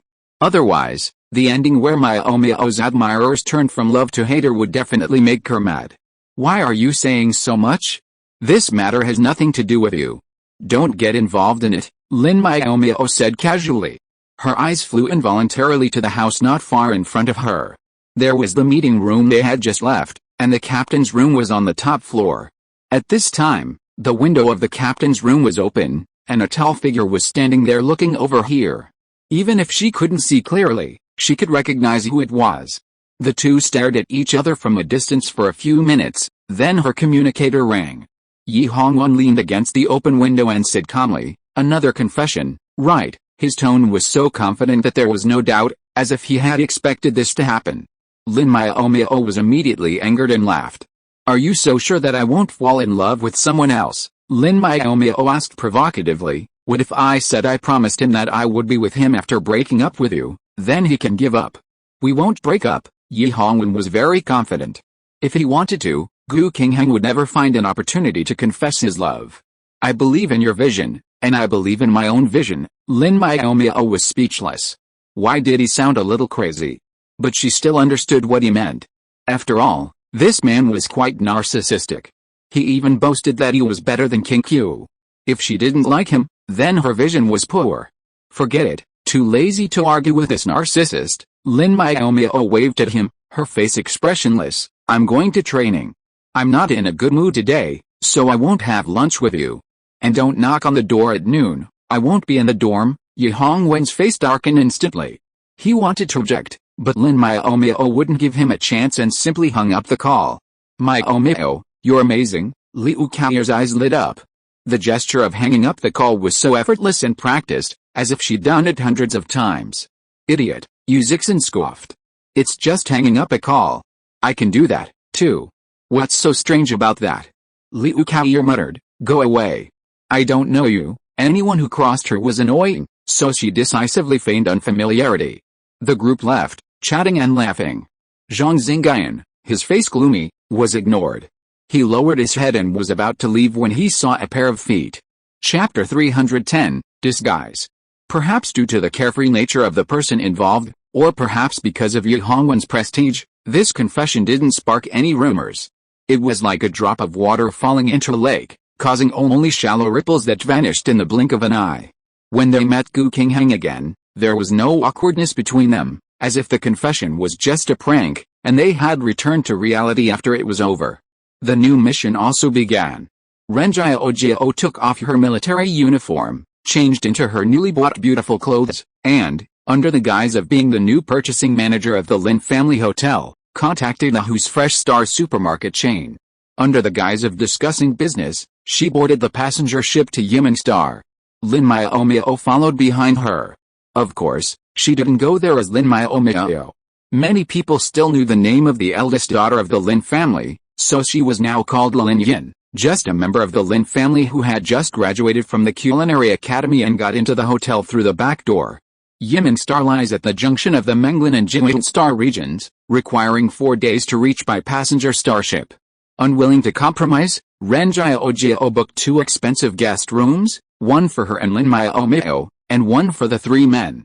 After finding 2 connecting rooms, they retired to their rooms to rest for a while before reuniting the next day in the men's rooms under the guise of playing cards to discuss their plans after disembarking. Miaomiao, you should change your expression, Gu Qingheng advised earnestly. It's said that the eldest daughter of the Lin family has a deadpan expression. With Shen Yu's rising prominence and Yi Hongwen's fame, he was forced to follow behind the scenes on this mission, unable to personally participate. In the end, he was left frustrated by the fact that Gu Qingheng was assigned to be Ren Jiao's special assistant. I'd like to change, but I can't, Lin Miaomiao said helplessly. If her sister-in-law hadn't been unfamiliar with her hotel and needed her to remind her, she wouldn't have come. To prove her truth, Lin Miaomiao pulled out the mirror from her space button and smiled. Then, she burst into tears again at her own ugliness. The person with the grimace couldn't have been her. Ren Jiao chuckled, Miaomiao, you're exaggerating. Your face is just a little stiff because you're not used to smiling. It'll be fine after a few more smiles. No, Lin Miaomiao hurriedly shook her head. Actually, a paralyzed face is quite good, at least her aura could deter many malicious individuals. Don't think she didn't know that many people in the fleet admired Yi Hongwen and Gu Qingheng. If it weren't for her cold face, there would have been many who would have troubled her. Yi Hongwen was fine, he was now her boyfriend, and his romantic interests had mostly withered. But Gu Qingheng's admirers, whom she had ruthlessly rejected, were somewhat hostile to her. What frustrates her most is that most of those admirers are men. Lin Miaomiao looked at Gu Qingheng obscurely. It turned out that gentle and refined men were more popular with the same sex. However, there were so many good men who were ungrateful and hated her, the one who fed them. Miaomiao, what are you looking at? Gu Qingheng touched the goosebumps that suddenly appeared on his arm, feeling very uncomfortable, as if he had touched something dirty. Ever since you confessed to me and were rejected, 11 team members have stopped me on the road in the past few days, accusing me of being ruthless and indifferent, and expressing their concern, protection and admiration for you, Lin Miaomiao said with a wooden face. Since they dared to block her way, don't blame her for revealing it. As for those who wanted to stop her but were scared away by her cold face, she would kindly let them go. Gu Qingheng's lips twitched, and he decisively changed the subject. We'll arrive at Yimin Planet in 2 days. Whose Fresh supermarket will send someone to pick us up at the passenger shipyard that day, so during the few days aboard, Well, I'll familiarize ourselves with our new identities. These so-called new identities were their positions at the Lin family star hotel and their fabricated experiences. Gu Qingheng was an assistant, Lin Miaomiao was a chef, ensuring the freshness of the ingredients, and the other two team members were in purchasing. The purchasing manager was solely responsible for negotiating prices, while quantities were confirmed by both purchasing managers. A few days flew by, and on the day of disembarkation, Ren Jiaojiao and Lin Miaomiao were both dressed stylishly, while the men dressed like professionals. Ren Jiaojiao had originally wanted to look smart, but Gu Qingheng overruled her, saying, "You don't know much about negotiation. I'll have to handle the negotiations." This purchase wasn't a sham. The Lin family star hotel had recently opened several more restaurants on other planets, and their original food supplier was struggling, so they wanted to find a larger one. Unable to negotiate, Ren Jiaojiao was reduced to a mere vase. To be a proper vase, she wore a bright red, V-neck, long-sleeved dress, flesh-colored leggings, black high-heeled boots, and a short, thin black jacket. Her long hair was styled into loose waves that fell over her shoulders. "What a vase," Lin Miaomiao lamented sarcastically. Then she got her revenge. Her future sister-in-law forced her to change her look. A white, puffy, long-sleeved baby doll dress, flesh-colored leggings, white flat boots, and her hair tied into a playful, sideways ponytail. "So cute, like a 13 or 14-year-old girl," Ren Jiaojiao complimented with a smile. "But your expressionless face is a bit off. How about I put on some softer makeup for you?" "Thank you, but forget about the makeup. I won't bother you," Lin Miaomiao said expressionlessly. "It's not a problem. I can put on makeup quickly." Ren Jiaojiao ignored a refusal and helped her apply light makeup, softening her expressionless face. After the two of them finished dressing up and walked out of the cabin, the three men were all amazed. Gu Qingheng stared at Lin Miaomiao and didn't want to blink. "What are you looking at? It's not like you haven't seen it before," Lin Miaomiao said irritably. Her current dress is really childish, but due to the threat of her future sister-in-law, she can't change it back, so she can only wear it awkwardly. Gu Qingheng smiled and said, "It's cute. I've never seen you dressed like this before." "I'm stunned." Lin Miaomiao pulled the hem of her baby dress awkwardly and said fiercely, "Go away. No matter how cute it is, it's none of your business. Don't look at it too much, or you'll come to confess to me again." She has a boyfriend, so she doesn't care about other men's compliments. Speaking of which, if she is really cute, why not take a few selfies as a souvenir, or take a short video to let someone see how cute she is? With this thought, Lin Miaomiao felt an itch like a cat scratching her. After a long struggle, she decisively opened her communicator and took a bunch of photos of herself. She deleted the ones that weren't good enough and saved the rest. As soon as they finished, they saw the receptionist sent by Who's Fresh supermarket. She was standing outside the passenger ship exit, holding a colorful fluorescent board with the words Lin Star Hotel written on it. If you are listening to this novel on a channel other than Fanfic World, it means it was downloaded and re-uploaded without effort. We warmly invite you to visit our channel, Fanfic World. There you will find the original version of this story and many other novels of various genres. We look forward to seeing you dive into a world of incredible novels. Chapter 311, The Turbulence at the Passenger Ship Field. The Who receptionist was quite conspicuous, but they didn't immediately approach. It wasn't that they wanted to give the receptionist a hard time, but rather that they couldn't squeeze in. The receptionist, wearing a green vest and a green baseball cap, was being surrounded by a group of people, questioning him. "Hey, has your Lin family restaurant finally opened a branch here? I'm hungry. Where's the pickup? It's so troublesome to try some retro dishes these days. Fortunately, we don't have to go to the next planet to eat. We have a branch of the Lin family restaurant on Daemang Planet too." Who said it wasn't? But why don't they advertise it? We don't even have an address, and this receptionist is so stupid, he won't tell me the address for a long time. Tisk, the food is so delicious, there's no need for advertising. Once we open, the whole planet will know about it in a day. The poor Who receptionist didn't even have the chance to defend herself. She finally managed to say, "You misunderstood," but was drowned out by the clamor of the crowd. Lin Miaomiao and the other four looked at each other in bewilderment. What on earth was going on? Were they just going to stand here and watch? Yuehabo smacked his lips, somewhat incredulously. Is a sign that says Lin family restaurant so attractive? Did they consider that this is a passenger ship terminal and they're here to pick up passengers? Well, Lin Miaomiao touched her nose awkwardly. Could she say that she had previously come to the passenger ship terminal specifically to promote the restaurant and attract customers in order to save advertising costs? The Lin family restaurant has such a rich menu. The menu changes every day, which is very fresh and exciting. It's no wonder they're so enthusiastic, Gu Qingheng said with a smile. Miaomiao, you could consider opening a branch here, Lin Miaomiao nodded. It looks like we can open one. We were originally planning to expand into the Manglan Star region next year. Oh no. That receptionist is going to get beaten for not being able to answer the question, Sun Bo shouted, a hint of gloating in his words. There was no way around it. After learning that the owner of Who's Fresh Market might be a high-level shopper, everyone had become repelled by the supermarket, and naturally, disliked its employees as well. Although the current investigation showed Hu Zhi hadn't done anything harmful to the Federation, if he truly was a shopper, they still had to expel him, as everyone held the belief that those who are not of our kind must have different hearts. Go and help. We still need him to lead the way, but we can't let him end up in the hospital, Gu Qingheng decided. The five of them exchanged glances, and the three grown men, in tacit agreement, pushed their way to a point in the crowd, shouting, everyone, calm down. Make way. The person holding the sign isn't an employee of the Lin family hotel, they're here to pick someone up, Lin Miaomiao and Ren Jiao also shouted. The Lin family hotel branch on Yiman Star is still in the works. It will be open soon. Please be patient, the crowd stirred, and after a while, some began to believe their words and retreated with disappointment on their faces. However, not everyone was convinced. Stop pushing, who are you? Someone said unhappily. You are not trying to trick everyone into dispersing so that you can get a bargain. This sounded quite reasonable. And the people who had dispersed immediately squeezed back in. Lin Miaomiao suddenly felt absurd. It was just a place to eat.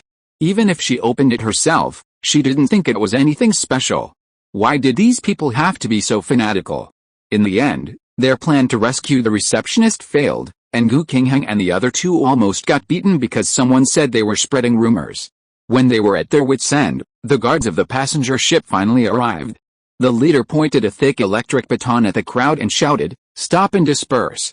Dare to cause trouble at the Tang family's passenger ship.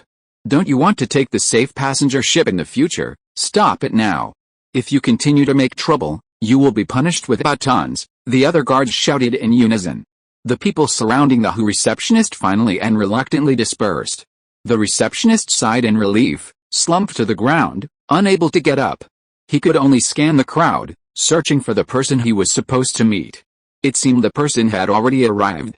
The guard captain, Tang Shan, crouched before the receptionist and asked sternly, "What's wrong with you? Everyone's asking you where the Lin family restaurant is. Why are you so stubborn and refusing to answer?" The receptionist was about to burst into tears. "Guard, it's not that I don't want to answer, it's that I don't know.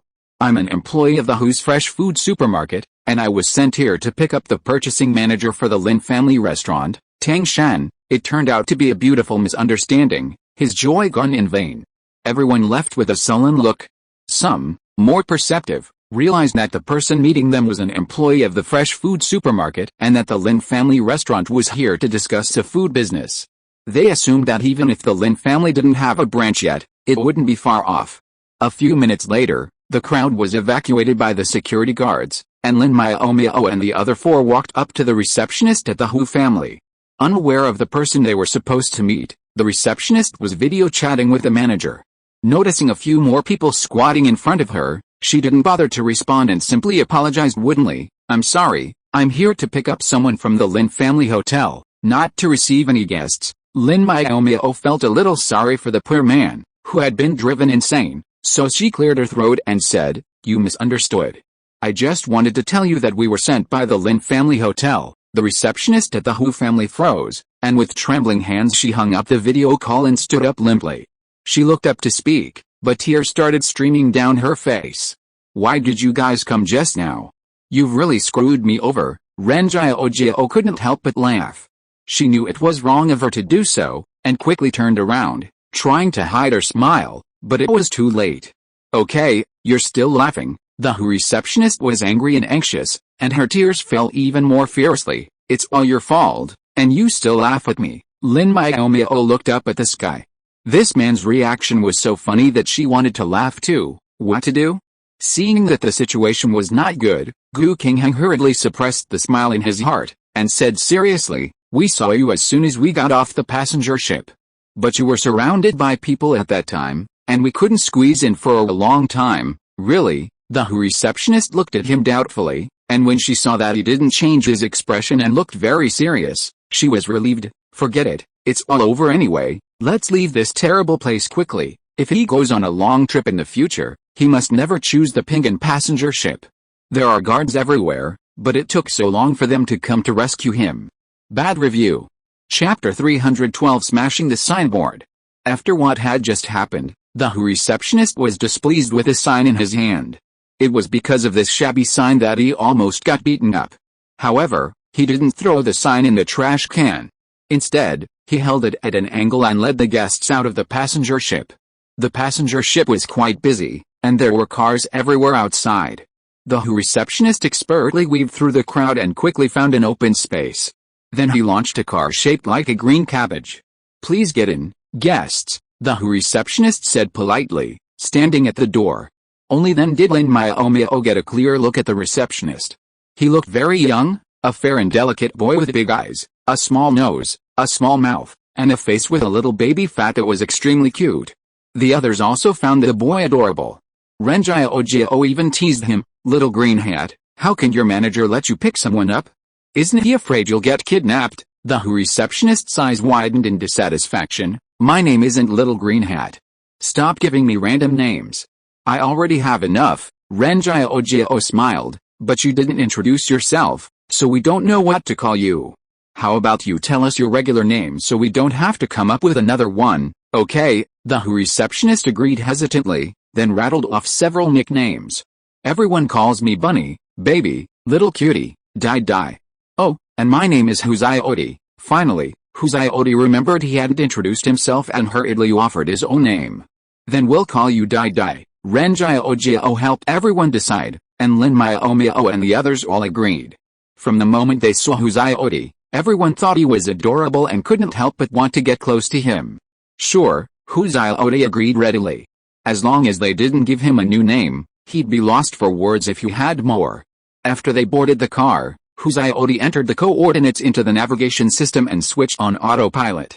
Ren Jiao felt something was amiss, and only realized it once the car was moving. "I thought you weren't an adult, Dai, but you even have a driver's license." Huzioti glanced at her in confusion and replied softly, "I'm already 29 hiss." A gasp echoed through the car. Lin Miaomiao began to suspect she'd gotten off the ferry the wrong way. She looked much younger than herself, so how could she be in her 30s? While in this age of universal longevity, someone approaching their 30s was considered youthful, this 29-year-old looked even younger than her, a 19-year-old. It was too much of a turn-off. Having suffered such a crushing blow, Lin Miaomiao and the other four had no time to inquire about the situation. They sat dazed in their seats. Huzioti blinked, realizing none of her guests had questions. With a puffy face, she quickly picked up the fluorescent sign she'd thrown at her feet after getting on the bus and angrily said, "Damn sign. It's all your fault. I got mobbed by so many people today." Lin Miaomiao felt her face swell a little at that. Technically, Dai's situation was her fault. It was just a flash of inspiration she'd come up with at the time, never expecting it to go viral. But Huzioti was pretty clueless. He hadn't even thought of writing their names on the fluorescent sign, instead copying their company names. He hadn't explained himself when surrounded, and was thankfully spared a beating. After a moment of wandering thoughts, Lin Miaomiao witnessed something shocking. Huzioti, feeling he couldn't vent his anger by scolding the fluorescent sign, pulled out a carrot-shaped hammer from his control panel and, gnashing his teeth, began smashing it. "Hey, Dai, there's no need to smash this," Lin Miaomiao said stone-faced. Huzioti pouted, "I think it's necessary. This broken sign is killing me. I can't get rid of the hatred in my heart unless I smash it." Lin Miaomiao was upset. She felt that what Dai wanted to smash was not the fluorescent sign, but the sign of their Lin family star hotel. However, no matter how upset she was, she couldn't stop Huzioti's actions. She could only put on a cold face and start to emit cold air desperately. Why did it suddenly become cold? Ren Jiao gathered her coat, a little puzzled. Isn't the constant temperature air conditioning on in the car? Gu Qinghang in the back seat smiled. He suddenly felt that the two of them were really a good match. They were both human-shaped air conditioners. No wonder I was rejected. She and I are not from the same country at all, Gu Qinghang muttered to himself. The resentment hidden in his heart miraculously dissipated a lot. After all, this was someone he'd confessed his feelings to, so Gu Qinghang didn't want to see her overthinking it. So, he cleared his throat and said, Day, stop smashing it. Your little hammer won't do anything. You're just making a lot of noise. Why don't you tell us about your supermarket? Hu Xiaodi looked at the intact fluorescent board in his hand and tossed it aside in frustration. His hammer was indeed too small. After a long time, he couldn't even make a dent. Life is full of frustration, Hu Xiaodi sighed with a sullen face. Then, putting the fluorescent board aside, he began to explain the Who's Fresh supermarket. This supermarket was founded and developed by Hu Zhi. The supermarket on Yemen Planet was their headquarters and the only physical store of Who's Fresh supermarket. Opening a supermarket is completely different from running a restaurant. To expand, a restaurant must open branches on different planets, but to open a supermarket, one simply opens a physical store on any planet in reality and then opens an identical virtual store online, thus expanding across the Federation. Mentioning this, Lin Miaomiao was actually a little envious. Opening a branch store was really expensive. Just buying land and building a building would cost a lot of money. Fortunately, she made more money, otherwise she really didn't want to open a branch store. Speaking of which, the restaurant had more than 30 branches in less than 3 years after its establishment. This achievement was enough for her to be proud. However, pride aside, she also understood that such a good result was inseparable from her father's strong support. If she didn't have the Heguang group behind her, it would not be so easy for her to gain a firm foothold. It would be good enough if she didn't get swallowed up by others. In comparison, Hu Zhi started from scratch and developed the Who's Fresh supermarket. His personal ability is unquestionable. So when Hu Xiaodi was introducing the supermarket, it was easy for him to go off topic and began to praise his own boss. Lin Miaomiao was annoyed, but they had come here for Hu Zhi in the first place. And someone taking the initiative to bring it up was exactly what they had in mind. However, she became impatient after listening for a few minutes, because Hu Xiaodi kept repeating the same few words over and over again, either praising the boss for his wisdom and decisiveness, or praising the boss for his handsomeness and charm. It turned out that he was a fanatical fan of Hu Zhi. The five people looked at each other helplessly, and finally Ren Jiao smiled and said, Xiao Dede, you admire your boss so much, and you have the same surname as Hu, so you and your boss are from the same family, right? Hu Xiaodi was stunned for a moment, and answered hesitantly, I guess so. I think I was adopted by the boss. Everyone, what do you mean by I guess so? Since he was adopted, then we must be from the same family. Damn. Chapter 313 Intentionally Making Things Difficult. Although Hu Xiaodi seemed a bit clueless, the conversation didn't yield much useful information, especially regarding Hu Zhi. He offered only compliments, but revealed no specifics. In the end, everyone understood that Hu Xiaodi was a master of playing dumb. No wonder he was hired as a receptionist at Hu's. Lin Miaomiao, suspecting that his earlier smashing of the fluorescent board was an attempt to destroy her restaurant sign, immediately began to think of a prank. With no further information to offer, the five of them gave up on further attempts and continued their casual conversation. 2 hours later, they arrived at Who's Fresh supermarket. After getting off the car, Hu Xiaodi didn't immediately take them to see the supermarket manager. Instead, at Ren Jiao's request, he offered them a tour of the supermarket. Who's Fresh supermarket is a large supermarket with more than 10 floors. Each floor has different products. For example, the first floor has a full range of fresh fruits, the second floor has a variety of dried fruits, preserves and jams, the third floor has condiments such as oil, salt, sauce and vinegar, and the fourth floor has grains such as rice, wheat. As a cook, Lin Miaomiao is naturally sensitive to the ingredients, so she stayed on each floor for a long time. It was already past noon when she finished visiting the supermarket. Ren Jiao touched her stomach and said to Hu Xiaodi innocently, Dede, I'm hungry. Why don't we talk about business later? I'll treat you to lunch. Hu Xiaodi was speechless. This must be intentional. They were guests who came from afar, so they had to take care of the lunch at lunchtime. However, he was just a small receptionist, so it would be better to leave the reception to the manager, so as not to be tricked into giving him something without noticing. So she said with a smile on her face, "Manager Ren, you're joking. Our manager has already told us that we'll have a welcome party for the guests at noon. I'll take you to meet him now." Ren Jiao nodded. "Okay, then please lead the way." The supermarket manager had been waiting in the office for the whole morning, and his face looked a little grim. But because it was a big customer, he couldn't just walk away, so he could only say indifferently, "Manager Ren is serious and responsible in his work. He always personally checks the quality of the goods before purchasing. I just wonder if he is satisfied with our products." Ren Jiao pouted, thinking that she was just here to be a vase and didn't understand these things, so she said casually, such professional matters should naturally be left to the experts. Lin Yin, you tell me." "Well, the ingredients here generally meet our requirements," Lin Miaomiao said seriously, "but there are still some minor shortcomings." "Oh?" The supermarket manager Lin was a little disapproving. What did such a girl who looked underage know? She was just deliberately finding fault to make it easier to lower the price later, so he casually said, "Please tell me, little girl, what is not good about our dishes?" Lin Miaomiao began to find fault. "The insect prevention work on those leafy greens is not good. The leaves are full of holes, and many leaves are even yellow. And those loofahs are very old and must not taste good. The potatoes have not been stored well and have turned green and sprouted. If we want to cooperate, such potatoes must not be sent to us. Eating them will cause poisoning." Lin Miaomiao spoke a lot at once, leaving Lin dizzy, and the look in her eyes changed. "Well, are you done?" Lin asked timidly, afraid that she would answer no. Although the man looked young, he had a very comprehensive understanding of the ingredients.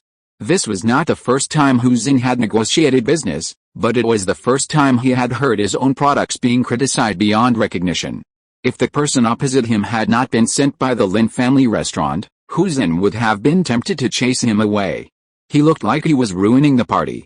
"That's it," Lin Miaomiao nodded seriously. "But I still have a question that I find very strange." Lin gritted his teeth.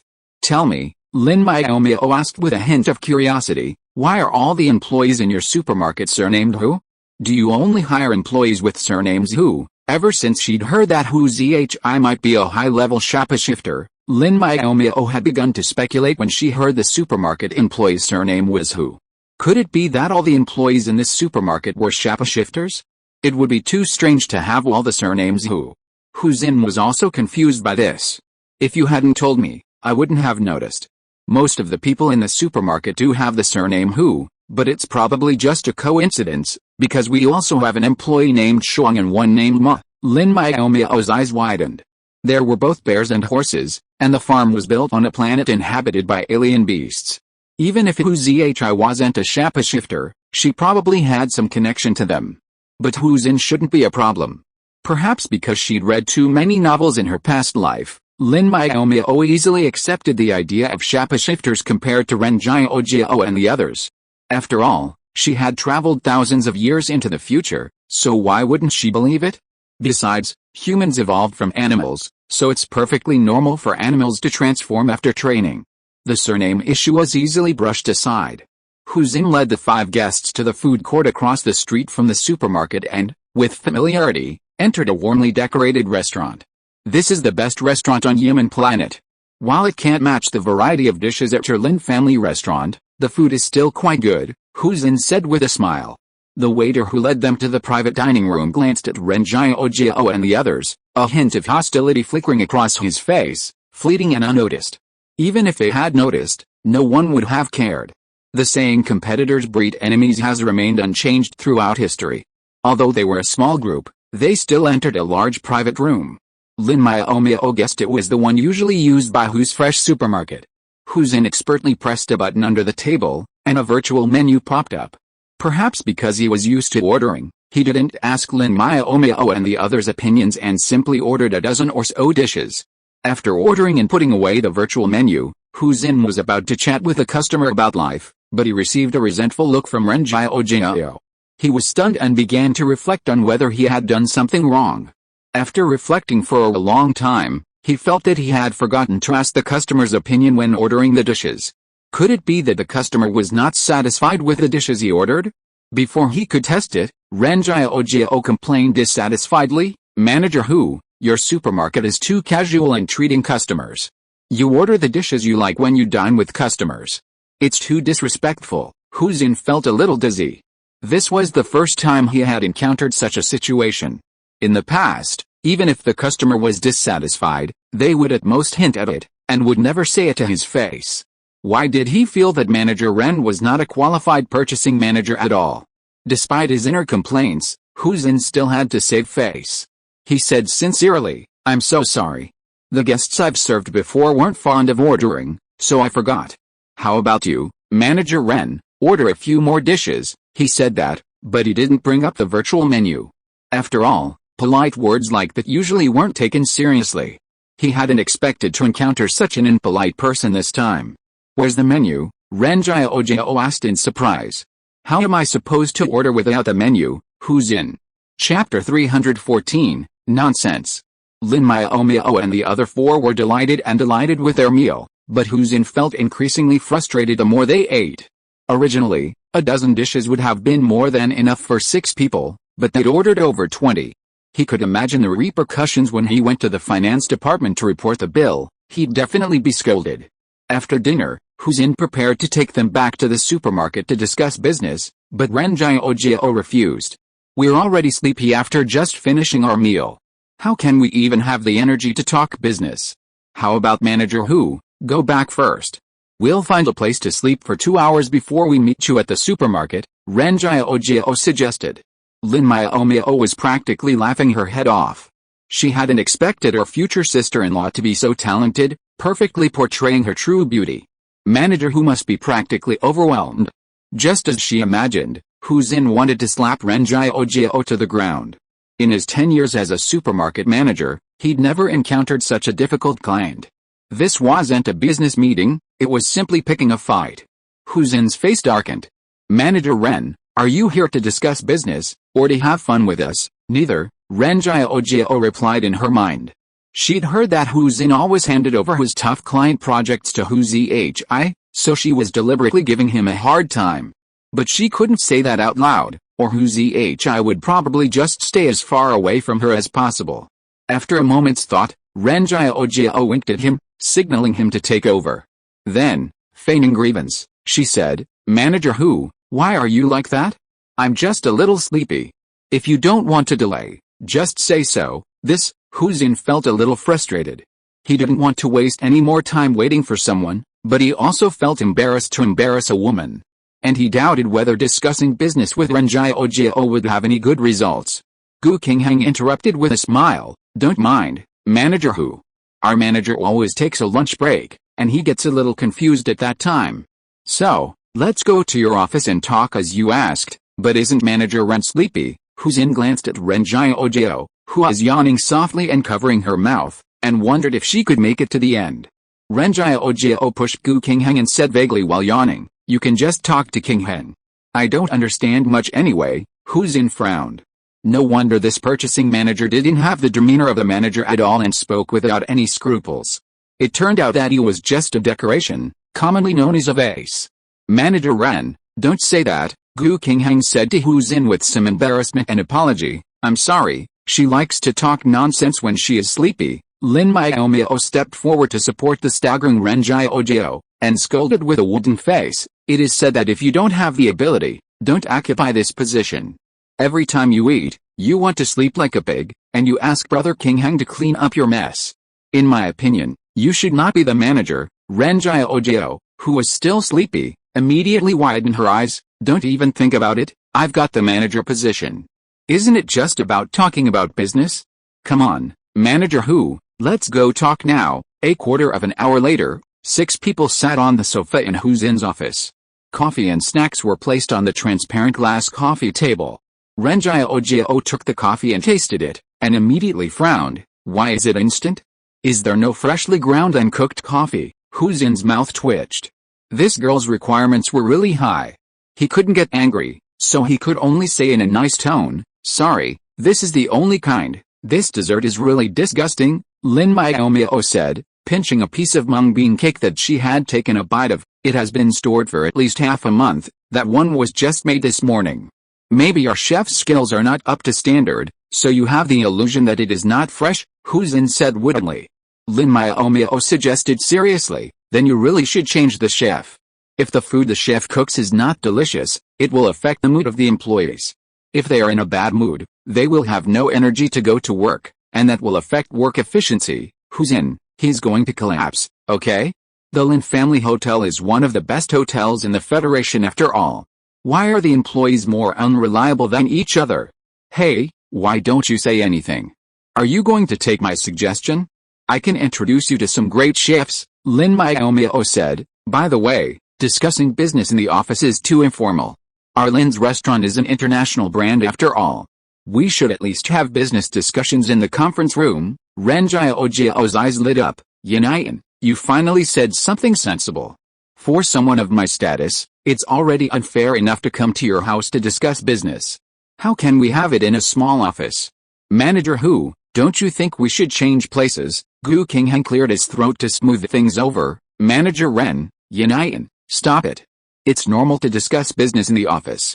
Manager Hu, don't be angry. They are young and naive. However, no matter how much apology Hu Xin offered, he was not willing to accept it. He hadn't been insulted like this in many years.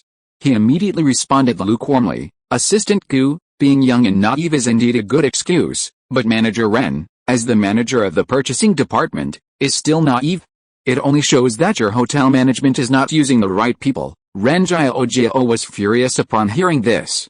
She jumped up from the sofa and started to leave, but Lin Miaomiao quickly grabbed her.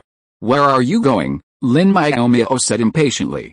We haven't even finished our business yet. Why are you running off? What the hell are you talking about? Let's go back. Forget this supermarket. It's just a large fresh produce supermarket. There are other supermarkets out there, Ren Jiaojiao raged. Who does he think he is? How dare he imply I'm not fit to be a purchasing manager? She was about to leave, as if she didn't want to stay any longer. No way. Brother Qingheng did a lot of research to identify this one. If we give up, it would be a waste of his effort. Lin Miaomiao held her tightly. If you don't want to talk to him, just file a complaint and ask them to send someone else. This made perfect sense, and Ren Jiaojiao stopped in her tracks. In front of the person about to be complained about, she began to discuss with Lin Miaomiao how to file a complaint and what grounds would be successful. Gu Qingheng tried to stop her several times, but to no avail. He could only apologize profusely to Hu Xin. I'm so sorry, they are both so childish. You must not take them seriously. Gu Qingheng apologized and suggested, how about we go to a more formal place to discuss things? No need, Hu Xin refused coldly. He couldn't calm down at the moment and couldn't talk business properly. Let the two ladies complain to me. I believe our boss will be happy to talk to you in person, as long as he didn't have to receive this group of people again. He would be happy even if he was complained a few more times. There was no way to communicate with this group of people at all. Gu Qingheng's heart skipped a beat. Complaining was not the result they wanted, but it was something they had to do. After everyone's efforts and trouble, their goal was finally about to be achieved. Today seems to be Teacher's Day. Here, I wish all teachers a happy holiday. Chapter 315 Hu Zhi. Lin Miaomiao and the other girls' complaint was accepted by Hu Zhi's secretary, Hu Li. While she handled the case quickly, the handling speed wasn't ideal. Hu Li smiled appropriately. Our supermarket is responsible not only to our customers but also to our employees. I'll investigate the cause and effect of this matter later and come up with a solution. So, we still have to wait for your investigation results? What about the deal we were discussing? Is it just put aside like that? Ren Jiaojiao asked incredulously. Yes, we will arrange accommodation for you during this period. Please wait patiently for the results, Hu Li said with a smile. As for the transactions that need to be negotiated, we will send someone to contact you as soon as the results come out. Ren Jiaojiao said unhappily, you are wasting our hotel's time. Do you know how many guests the hotel has every day? If there is a shortage of ingredients, the losses are unpredictable. Do you think your supermarket can afford the compensation? I'm sorry, but this is a clear rule of our supermarket. Hu Li apologized again, but was not afraid of her threat and still insisted on what she said just now. Please wait patiently, you are simply unreasonable. Ren Jiaojiao turned around and left angrily. Let's go. How can such a shabby supermarket be qualified to be a food supplier? We have wasted so much time in vain, Lin Miaomiao said unhappily. Brother Kingheng, let's go. Yin thinks this supermarket is weird. It's better to change to another one. The branch is about to open, and we can't delay the supply of ingredients. This time, Gu Kingheng didn't object. He simply gave Hu Li an apologetic smile before decisively leaving the house with Yu Hongbo and the others. If they gave in now, all the previous performances would be in vain. Only by being firm would they have a better chance of meeting Hu Zhi. As for whether the supermarket would rather give up the Lin family restaurant's order than accommodate such arrogant guests, Lin Miaomiao's answer was no. She was confident in her restaurant's influence, and the Hu family wouldn't easily offend the Heguang group behind her. Ultimately, she was just using the power of the powerful to gain power. As soon as Lin Miaomiao and the others left the house, a man eerily appeared behind Hu Li. He didn't look very old, with rosy lips, white teeth, and a handsome face, so beautiful that one couldn't look away. However, the moment he appeared, Hu Li bowed her head respectfully. Master Zhi, they won't wait. What should we do next? Do you want to go in person? It turned out that this man was Hu Zhi, whom Lin Miaomiao and the others had been trying so hard to meet. In response to Hu Li's question, Hu Zhi simply smiled, his beautiful face tinged with a hint of allure. He said, "It's not a big deal. If you want to leave, go ahead. We're not short of customers right now, there's no need for me to expose myself to corruption. Think twice, Master Zhi, Hu Li advised. The Lin family restaurant has a lot of influence." Xiao Di was misunderstood when he went to the ferry terminal to pick someone up with a fluorescent sign bearing their restaurant's name. He was surrounded and couldn't even leave. Plus, it's backed by the Heguang group, so offending them wouldn't be worth it. They were standing here, opening this supermarket to earn credit points, to provide their people with a better and more comfortable life, so that they wouldn't have to scramble for resources. If they wanted to stay safely in the Federation, they couldn't afford to offend the powerful, especially a wealthy and powerful family like the Lins. More importantly, if they could connect with the Lin family restaurant, they would have a chance to advance further. Hu Zhi understood all this, but he was impatient to deal with a headstrong woman like Ren Jiao.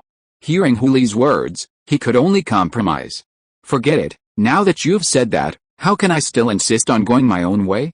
You find someone to bring them back, even with this compromise. Hu Zhi's pride remained. He would never take the initiative to intercept them. If no one could persuade them to return, then he would just leave. Hu Li knew this was his limit, so she said nothing more, simply sending a quick message via her communicator. Lin Miaomiao and the other two took the elevator downstairs. Just as they were about to leave, Hu Zhi came running down the stairs, breathless. "Hey, wait, don't go," Hu Zhi shouted. "Our boss wants to see you, finally." The five of them were overjoyed, but their expressions remained impassive, and they continued walking without pausing. They had to act perfectly. They couldn't change their attitude the moment someone called them. It would be bad if someone noticed. Hu Zhi had assumed that his boss's summons would instantly change the minds of several guests and return with him, but he didn't expect them to pretend not to hear him. He was stunned. Seeing Lin Miaomiao and the others leave and take out their speeding cars to leave, he rushed out in a hurry to stop them. "Manager Ren, don't leave. Secretary Hu is just jealous and doesn't want a beautiful girl like you to meet the boss." In the secretary's office on the top floor of the supermarket, Hu Li, who was caught in the crossfire, sneezed violently. "She doesn't want me to meet your boss." Ren Jiao raised an eyebrow. "Then why do you agree now?" "Well, this is complicated, and it's hard to explain it in a short time," Hu Zhi suggested awkwardly. "How about we go and deal with the business first, and then I'll chat with you when I'm free. After all, my boss is still waiting upstairs." Ren Jiao's eyes flashed, covering up the excitement in her eyes, and said calmly, "If your boss wants to wait, then just wait, and he sent you to call people, and his secretary won't come to stop him, will he?" "Don't worry, this won't happen again," Hu Zhi assured. "My boss has already taught her a lesson." "Really?" Ren Jiao became interested. "How did he teach her a lesson?" "Tell me." Hu Zhi frowned. "He just said it casually. If he was asked to say how he taught her a lesson, how could he say it?" He was struggling with how to continue making up the story when someone came to his rescue. "Manager Ren, are you annoying? Don't just gossip when you hear something interesting. Don't forget the real reason we came out this time." Lin Miaomiao rolled her eyes at Ren Jiao with a dull face. Don't think you can keep the manager position forever. When I get back, I'll tell your uncle that you're not qualified." Ren Jiaojiao was depressed. Why did this unlucky child always go against her? What you said doesn't count. We're just a branch of the Lin family, but you keep calling the big boss uncle. You're really shameless. Seeing that the two were about to quarrel again, Gu Qingheng quickly stood up and said, "Business is more important. Let's go see Mr. Hu." The two women looked at each other, snorted coldly, and turned their heads away, but did not continue the quarrel. Hu Xiaodi wiped the non-existent cold sweat from his head and sighed. Whether here or in the clan, any female was a little unreasonable. They were no better than gentle and rational males, such as the gentle and elegant Gu Qingheng in front of him. Unconsciously, Hu Xiaodi's three views were almost destroyed by many unruly women, and Lin Miaomiao and Ren Jiaojiao played a key role in it. Chapter 316 Asking for Trouble. As soon as they entered the elevator, Gu Qingheng warned the two girls in front of Hu Xiaodi, "Several branches are about to open. If we fail to reach an agreement this time, we will have to find new suppliers. The hotel will suffer a huge loss, and you will not be able to escape with it." Ren Jiaojiao wrinkled her nose in dissatisfaction and wanted to refute, but Lin Miaomiao had already rushed to say, "Brother Qingheng, don't worry, I am not as ignorant as her. I will definitely not say anything nonsense later." "Yin is very well behaved." Gu Qingheng nodded with satisfaction, and touched her head. After that, he turned to look at Ren Jiaojiao. "I won't force Manager Ren if she doesn't want to. If the result is not satisfactory, I'm afraid you will have to give up your position to me. I knew you have been coveting my position," Ren Jiaojiao said reluctantly. "You can talk about it later." Hu Xiaodi, who was watching, had starry eyes. This assistant Gu was really amazing. He made the two unruly girls compromise with just a few words. The elevator stopped at the top floor, which was entirely dedicated to Hu Zihi's private quarters, including an office, lounge, restroom, and kitchen. Hu Xiaodi led the five of them directly into the general manager's office, where Hu Zihi was already waiting. Knock, knock, knock. Hu Xiaodi knocked symbolically on the door. Without waiting for Hu Zihi's approval, he pushed it open and walked in, announcing, "Boss, I've brought the guests." Hu Zihi, who was slumped in her large office chair, faded the impatience in her eyes, rose, and gracefully walked to the white fabric sofa in the office. "Please take a seat, everyone." Upon seeing Hu Zihi's appearance, the five were stunned. This general manager, who was incredibly beautiful, several times more stunning than the sleeping beauty in their ward. "Beautiful lady Hu," Ren Jiaojiao's eyes lit up. "This is the first time I've seen such a beautiful person, especially a man." Lin Miaomiao nodded vigorously. "Even more stunning than Xiaojiu, she doesn't look real. I wonder if I can go up and touch her." They needed to confirm her authenticity, lest she was just trying to deceive others through a mask. Gu Qingheng was at a loss for words. These two were truly expressing their feelings, but had they forgotten that the person before them might very well be a transformed beast? They were so brazen, unafraid of being devoured? "I'm so sorry, Mr. Hu. These two girls haven't seen much of the world. They can't control themselves when they see beautiful people and things. They don't mean any harm," Gu Qingheng said apologetically. Hu Zihi felt a little better. Although the people before him were a bit difficult, their eyes were clear and honest, unlike those previous customers who always stared at him with obscene eyes. "It's okay if you want to touch me.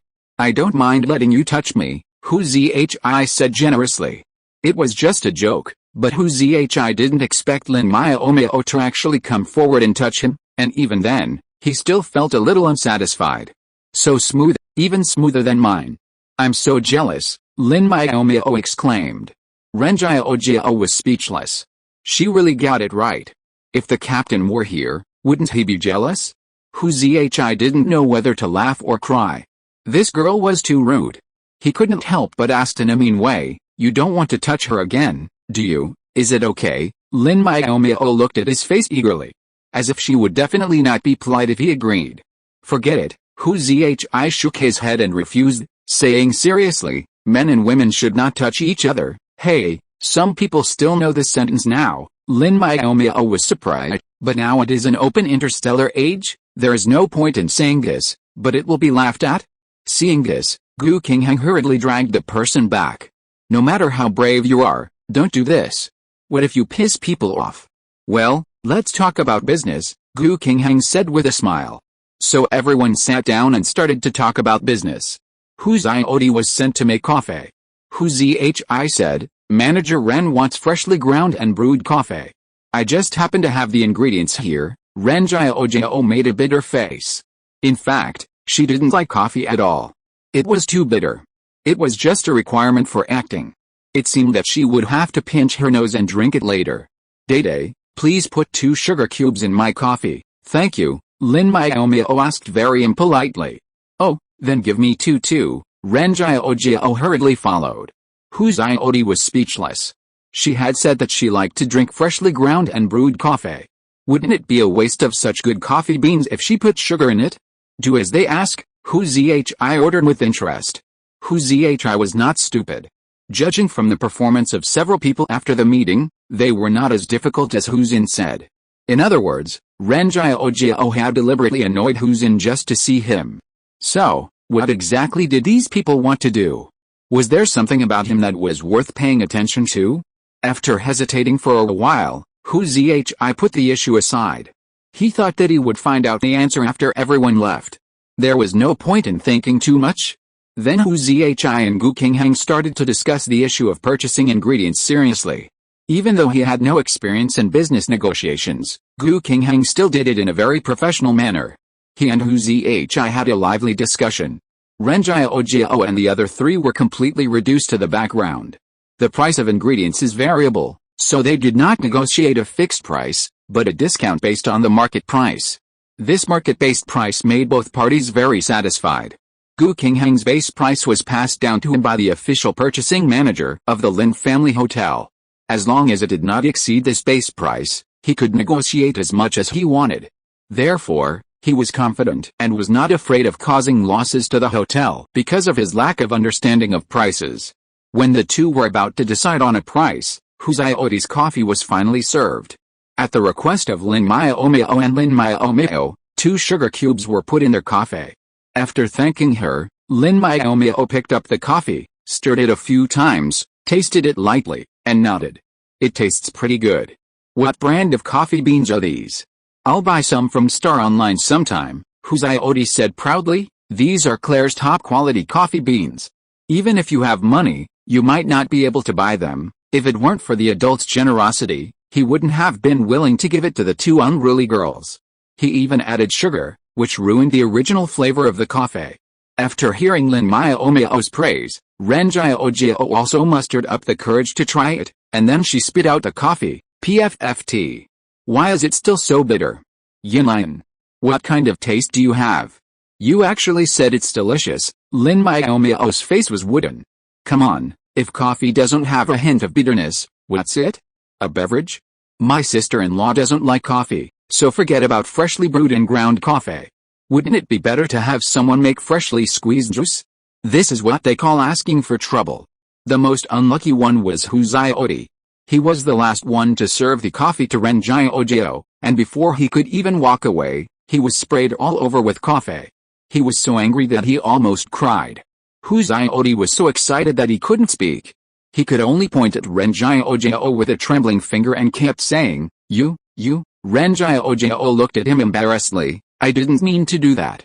It's your fault that the coffee you made was too bitter. At the end of it, she suddenly realized, yes, if the coffee wasn't so bitter, she wouldn't have sprayed it out. So, it wasn't her fault at all. Chapter 317 A little childhood sweetheart falls from the sky. Despite a minor hiccup, the food procurement agreement was perfectly concluded. The only one in a bad mood was Hu Xiaodi, who was drenched in coffee. While the agreement was reached, getting it ready for signature would take time, and it couldn't be done today. This meant that Lin Miaomiao and the others would have to stay on Yimin Star tonight. After declining Hu Zhi's offer of accommodation, Lin Miaomiao and the other 4 were about to leave when they were stopped again. Hu Zhi smiled at Lin Miaomiao and, in a deep, seductive voice, invited, since you don't want the hotel I arranged, how about dinner together tonight? It would be our honor, she said. Lin Miaomiao, who had been looking for an opportunity to spend more time with him, naturally wouldn't refuse his invitation. Hu Zhi was stunned. He had a crush on this straightforward girl and wanted to invite her to dinner alone, but her response included all of her companions, which frustrated him. However, if he insisted on explaining his intentions, they might think he had ulterior motives, so he just had to accept it. After all, he didn't have any bad intentions.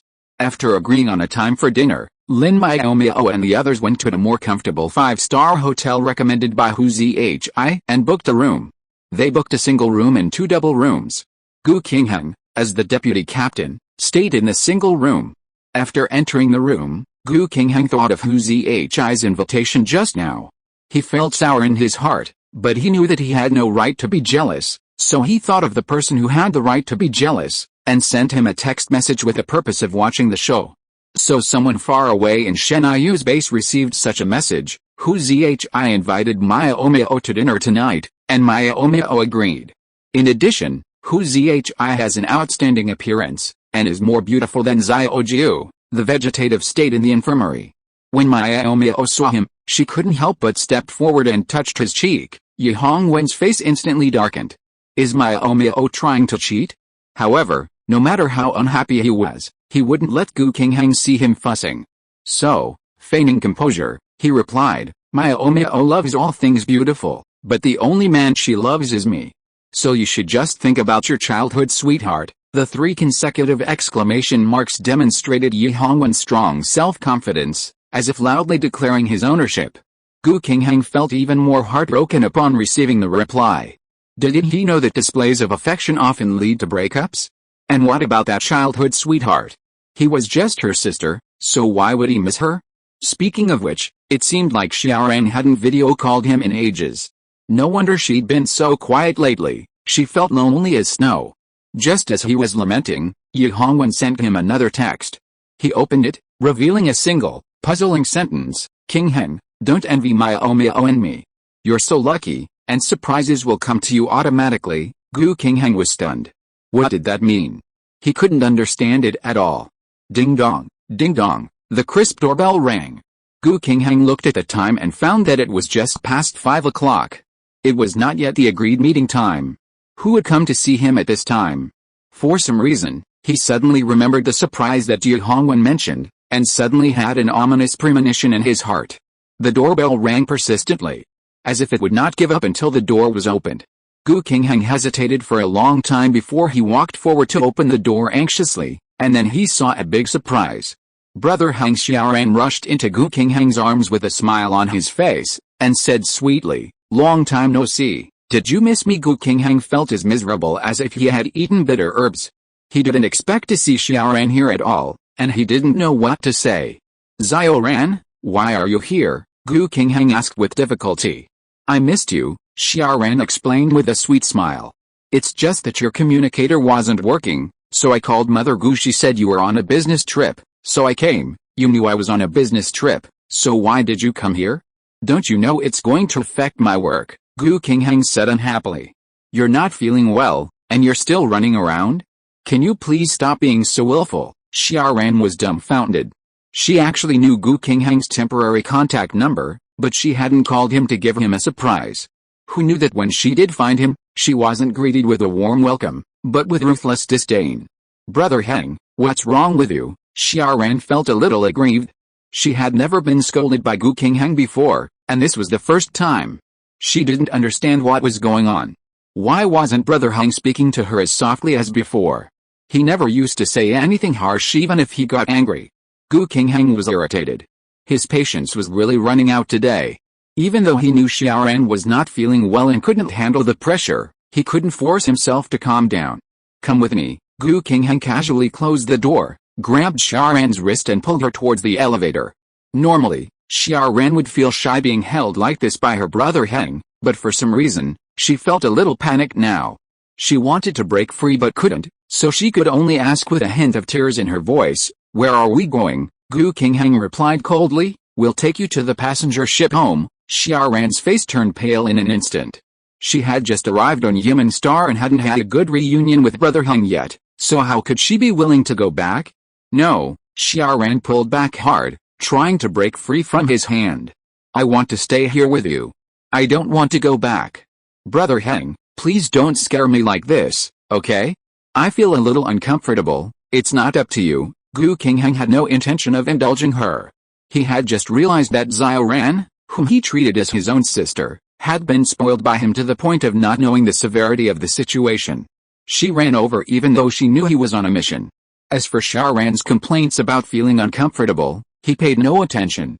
Every time she misbehaved, she would become uncomfortable. Over time, everyone knew it was her way of avoiding punishment.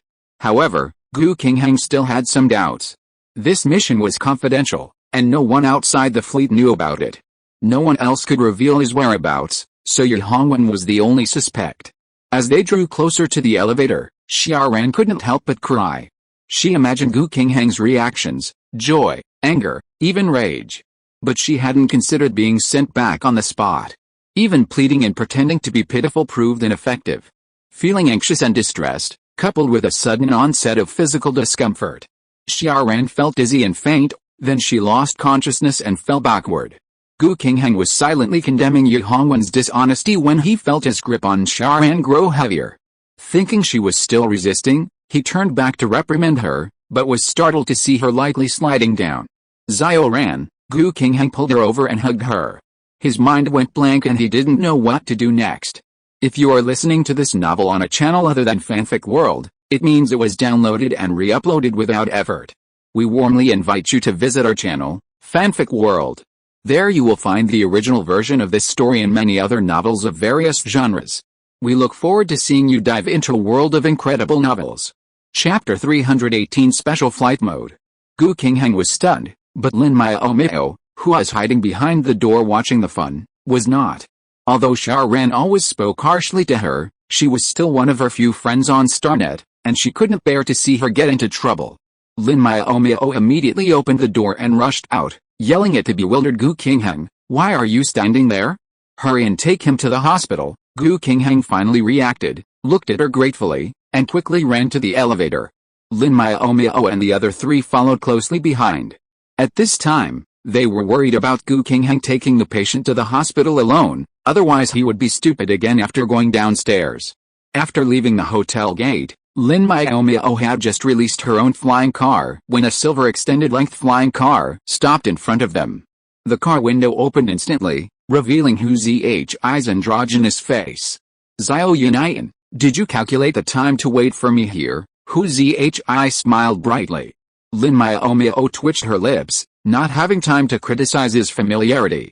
She opened the car door and let Gu Qingheng get in first, then quickly jumped in with the others.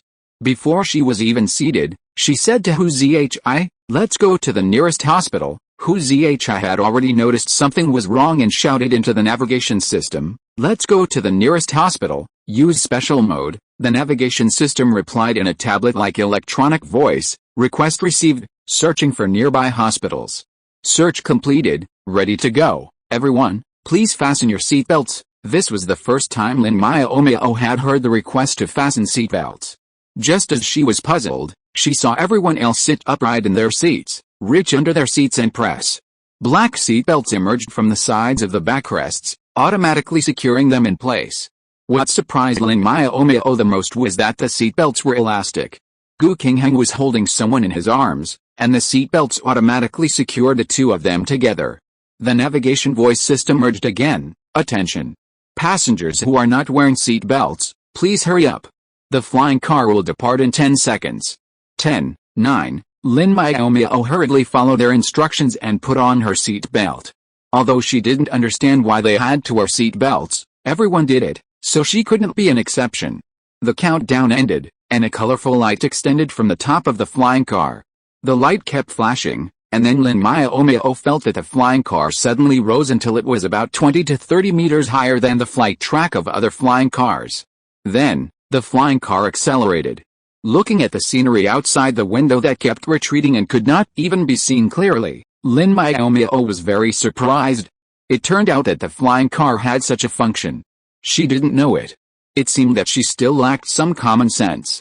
After thinking about it, Lin Miaomiao used the search function of the communicator to search for information and then saw a detailed introduction. It turns out that flying cars normally have to fly at a fixed altitude of 200 meters above the ground. Only fire trucks or police cars can fly a few dozen meters higher at top speed. Any attempt to do so will result in the confiscation of their licenses and the loss of their credit rating. The special mode, however, is designed specifically for ordinary flying cars. The destination can only be a hospital. To prevent exploitation, if a flying car uses emergency mode, the navigation system automatically notifies the hospital, and an intelligent robot is dispatched to verify the situation. Lin Miaomiao could only sigh at the current social system's effectiveness.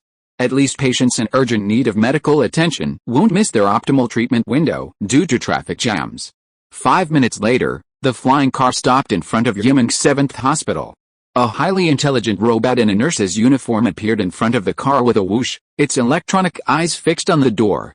Lin Miaomiao and her companions exited the car as quickly as possible.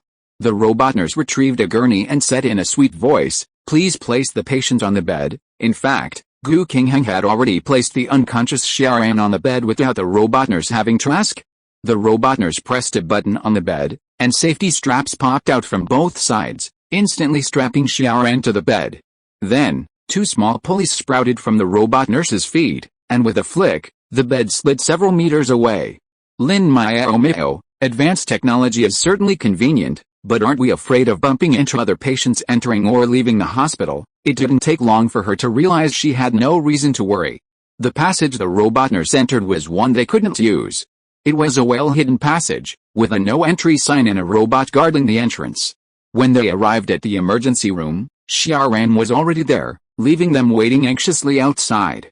Gu Qingheng had been silent since Xiaoran fell unconscious, and now he stood at the door, staring blankly at the illuminated M sign, his usually gentle and composed face tinged with impatience. Lin Miaomiao hesitated, then stepped forward and advised, "Don't worry too much. We rushed her to the hospital just in time. Xiaoran will be fine." Gu Qingheng forced a smile, his voice a little erratic. "I didn't expect Xiaoran to be so fragile. I just wanted to force her back, and she was so excited that she fainted. I was wrong. I'll be more careful next time." Lin Miaomiao frowned, disagreeing. To be honest, she felt that Xiaoran's condition was the result of their indulgence. She remembered Yi Hongwen once saying that although Xiaoran was weak, with continued treatment and a calm mind, she would gradually recover. However, the Xia family, because of Xiaoran's frailty, indulged her in everything, fearing that a bad mood would affect her condition. Over time, she became accustomed to having her requests met. The Gu and Xia families had a close relationship, not only because of their long-standing friendship, but also because their generations had intermarried, forming a close network of relationships. Therefore, from a very young age, Gu Qingheng was told by his parents to be nice to his sister and not to anger her. This situation lasted for over 20 years, and Gu Qingheng had grown accustomed to treating her well and not rejecting her. That was until Xiaoran suddenly confessed her feelings. He couldn't accept it, but he couldn't refuse, so he chose to run away. Wait a few years, and Xiaoran will figure it out, and everything will be fine, Gu Qingheng thought.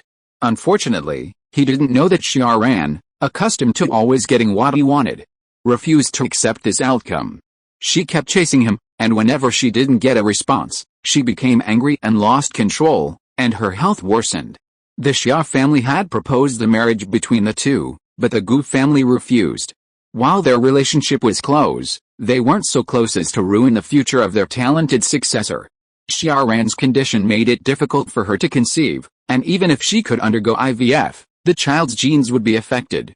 It was precisely because of this that the Xia family felt helpless when rejected. They would make the same decision if faced with the same situation, and they had no reason to blame the Gu family for their indifference. If I had treated Xiaoran with a normal attitude from the beginning, things probably wouldn't have developed to such a difficult point now, Lin Miaomiao thought. Chapter 319 Xiaoran's Condition. She had to admit, Lin Miaomiao felt a bit cold-blooded. Xiaoran was still receiving emergency treatment, but after her initial panic, she began to analyze the cause and effect of the incident. Perhaps it was because the two had only met on Starnet and didn't get along very well. With a sigh, she brushed away the chaotic thoughts in her mind and said to Hu Zhi, who was sitting quietly in the waiting area, "I'm sorry to bother you just now." Hu Zhi chuckled, "Why are you so polite, Xiao Yunayan? Even without me, it would be easy for you to come to the hospital." This was true, because the current car navigation is so practical, but Lin Miaomiao would not erase the credit for this. Anyway, I still have to thank you. Ren Jiaojiao also said thank you. Since you insist, I can only say you're welcome. Hu Zhi did not argue anymore. There was no need to dwell too much on such a small matter. After thanking him, Lin Miaomiao brought up dinner. Xiaoran's still in emergency care, and we don't know exactly what's going on. I'm afraid we'll miss our appointment tonight. Why don't you go back first? It was a shame to miss this chance to connect, but it didn't matter. At worst, he could treat him to dinner next time as a thank you and apology. Hu Zhi knew he couldn't go out for dinner given his condition today, and he wasn't interested in waiting here for a stranger to give him emergency treatment. He nodded and smiled. Then I'll be leaving first. Goodbye, Mr. Hu. Lin Miaomiao and the others waved in unison. You two really have such a good chemistry, Hu Zhi said, speechless. They'd argued in his supermarket earlier in the day, and now they were so in sync. Wasn't this just telling him it was all a show? After Hu Zhi left, the five of them waited for over an hour before the emergency room door opened, and a masked male doctor emerged. Doctor, how is she? Gu Qingheng rushed over. The male doctor didn't rush to answer. Instead, he calmly took off his mask and asked, are you a family member? Yes, the person inside is my sister. Gu Qingheng automatically pretended to be related. But she doesn't want to be your sister, Lin Miaomiao complained madly in her heart, and also leaned over to listen to the results. The patient should have been stimulated to cause cardiopulmonary failure. The situation is quite serious. The heart stopped in the operating room. The condition is temporarily stable now, and he will be awake soon. The male doctor looked at Gu Qingheng sympathetically, but the patient is very weak, and multiple organs in the body are failing. This disease is probably difficult to treat. Lin Miaomiao was dumbfounded. Xiaoran's disease was so serious. Hadn't they heard that a few years of recuperation would make it better? Can't they have surgery to replace the organs with artificial ones? Ren Jiaojiao was a little puzzled. Nowadays, heart transplants and other operations are very common. How could it be difficult to treat? Gu Qingheng replied with trembling lips, because Xiaoran's body is too weak to withstand the post-operative rejection reaction. The male doctor nodded. That's right. By the way, the patient will need to stay in the recovery chamber for a few hours. Go and complete the admission procedures for her, otherwise she won't be able to be transferred to regular ward. Lin Miaomiao nudged Gu Qingheng and answered for him. Okay, we'll do it right away. Gu Qingheng ran downstairs. Not long after he left, Xiaoran was wheeled out of the emergency room by a robot nurse. Not in a bed, but in a mobile recovery chamber. That's pretty fast, Ren Jiaojiao muttered softly. Here, a room is assigned immediately after the procedures are completed. The recovery chamber was wheeled into a superior single room on the 26th floor of the inpatient wing.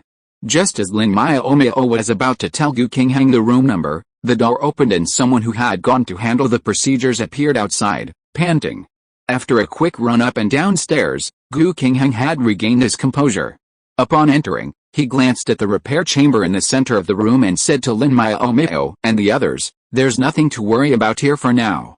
You should all go back and rest. Ren Jiaojiao and the others were only strangers to Xiaoran. They could have accompanied her while she waited for emergency treatment, but now that she was in the repair chamber, there was no need to stay to watch her awake. Besides, Xiaoran would have to stay there for 3 hours, so having so many people watching would be useless. Can you stay here alone? Lin Miaomiao hesitated, wondering if she should stay and help. After all, they knew each other. It's okay. There are robot nurses at the hospital to help. Gu Qingheng forced a smile. I'll have to notify her family later. After she's in the repair chamber, we'll check her condition.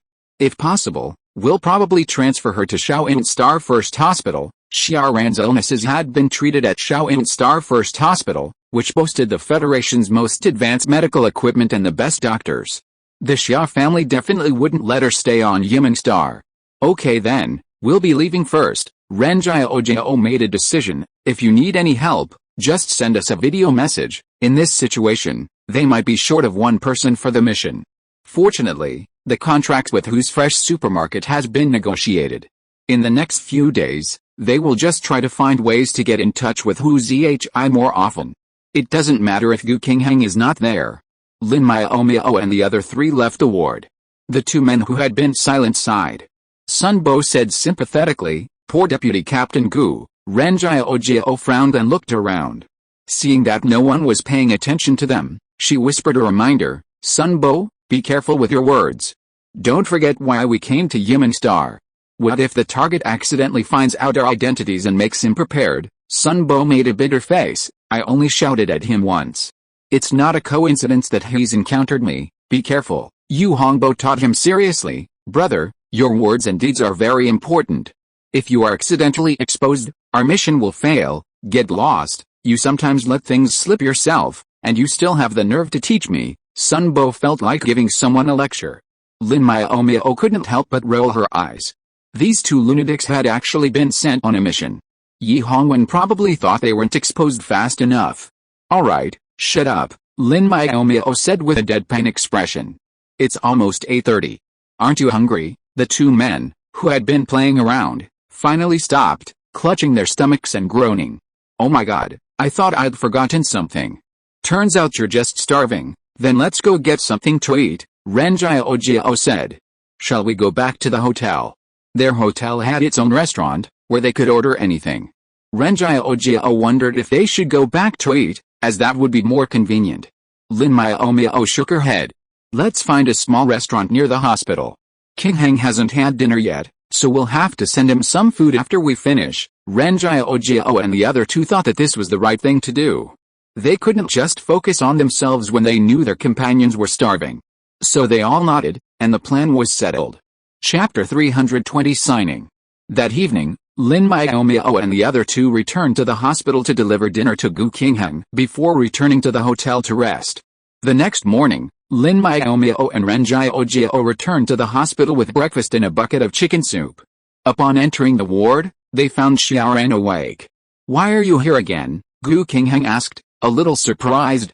Didn't I tell you to focus on your work and leave me alone? I didn't have anything to do this morning, so I came to check on you, Lin Miaomiao asked, glancing at the still pale Xiaoran. How are you? Are you feeling better? Xiaoran nodded. Much better, thank you. Xiaoran thanked him, but she felt wary. These two were both strikingly beautiful, and they were Brother Heng's colleagues. Could they have come to see her specifically for some other purpose? That's good, Lin Miaomiao said dryly, then fell silent.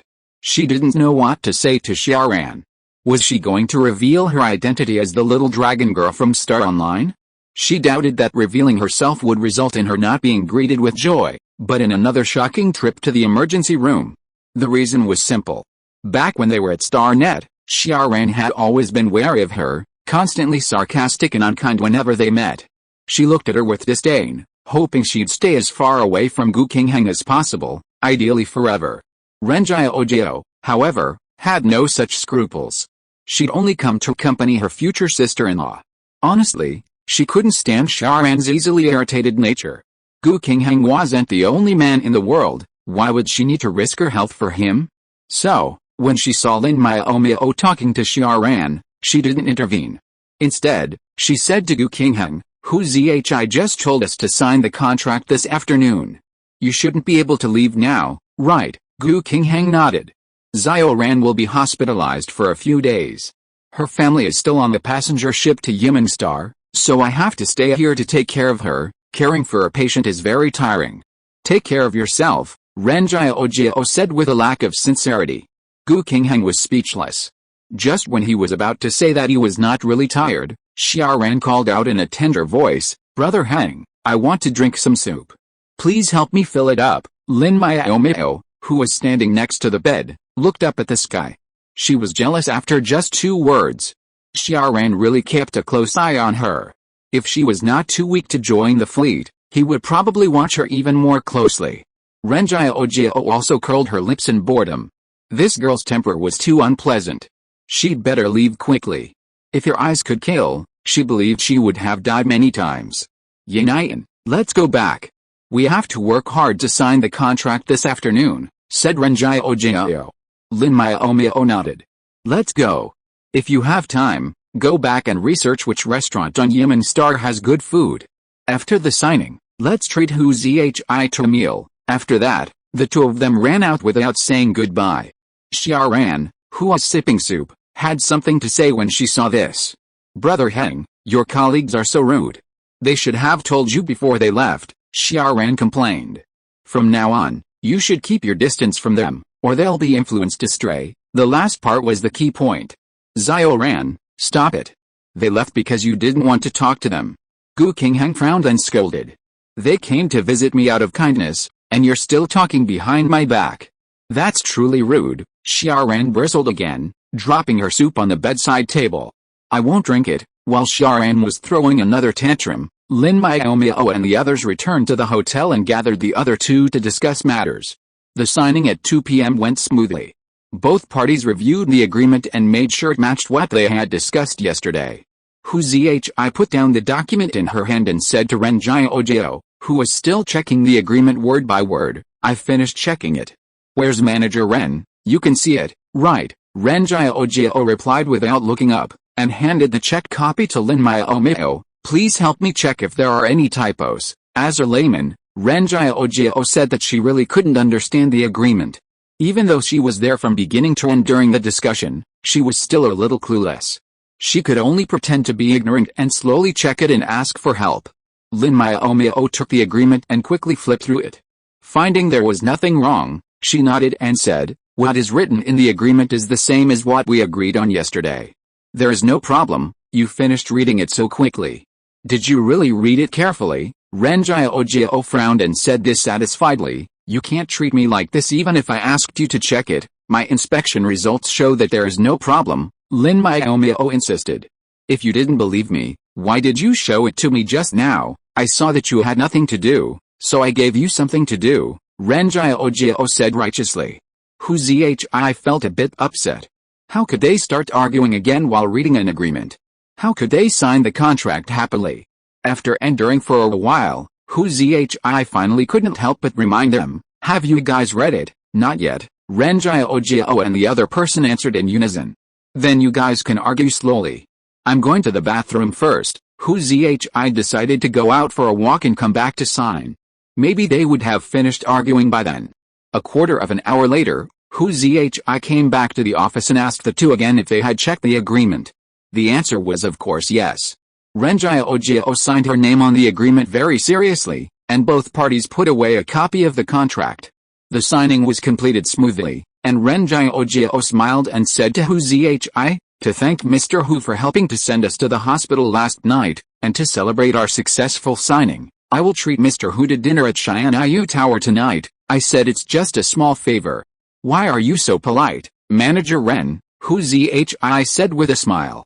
"I'm just looking for an excuse to have dinner with Mr. Hu," Ren Jiaojio said with a smile. "I wonder if you'd be so kind." With that being said, Hu Zhi readily agreed, but said, "Manager Ren is hosting, so it can't be just the two of us, right?"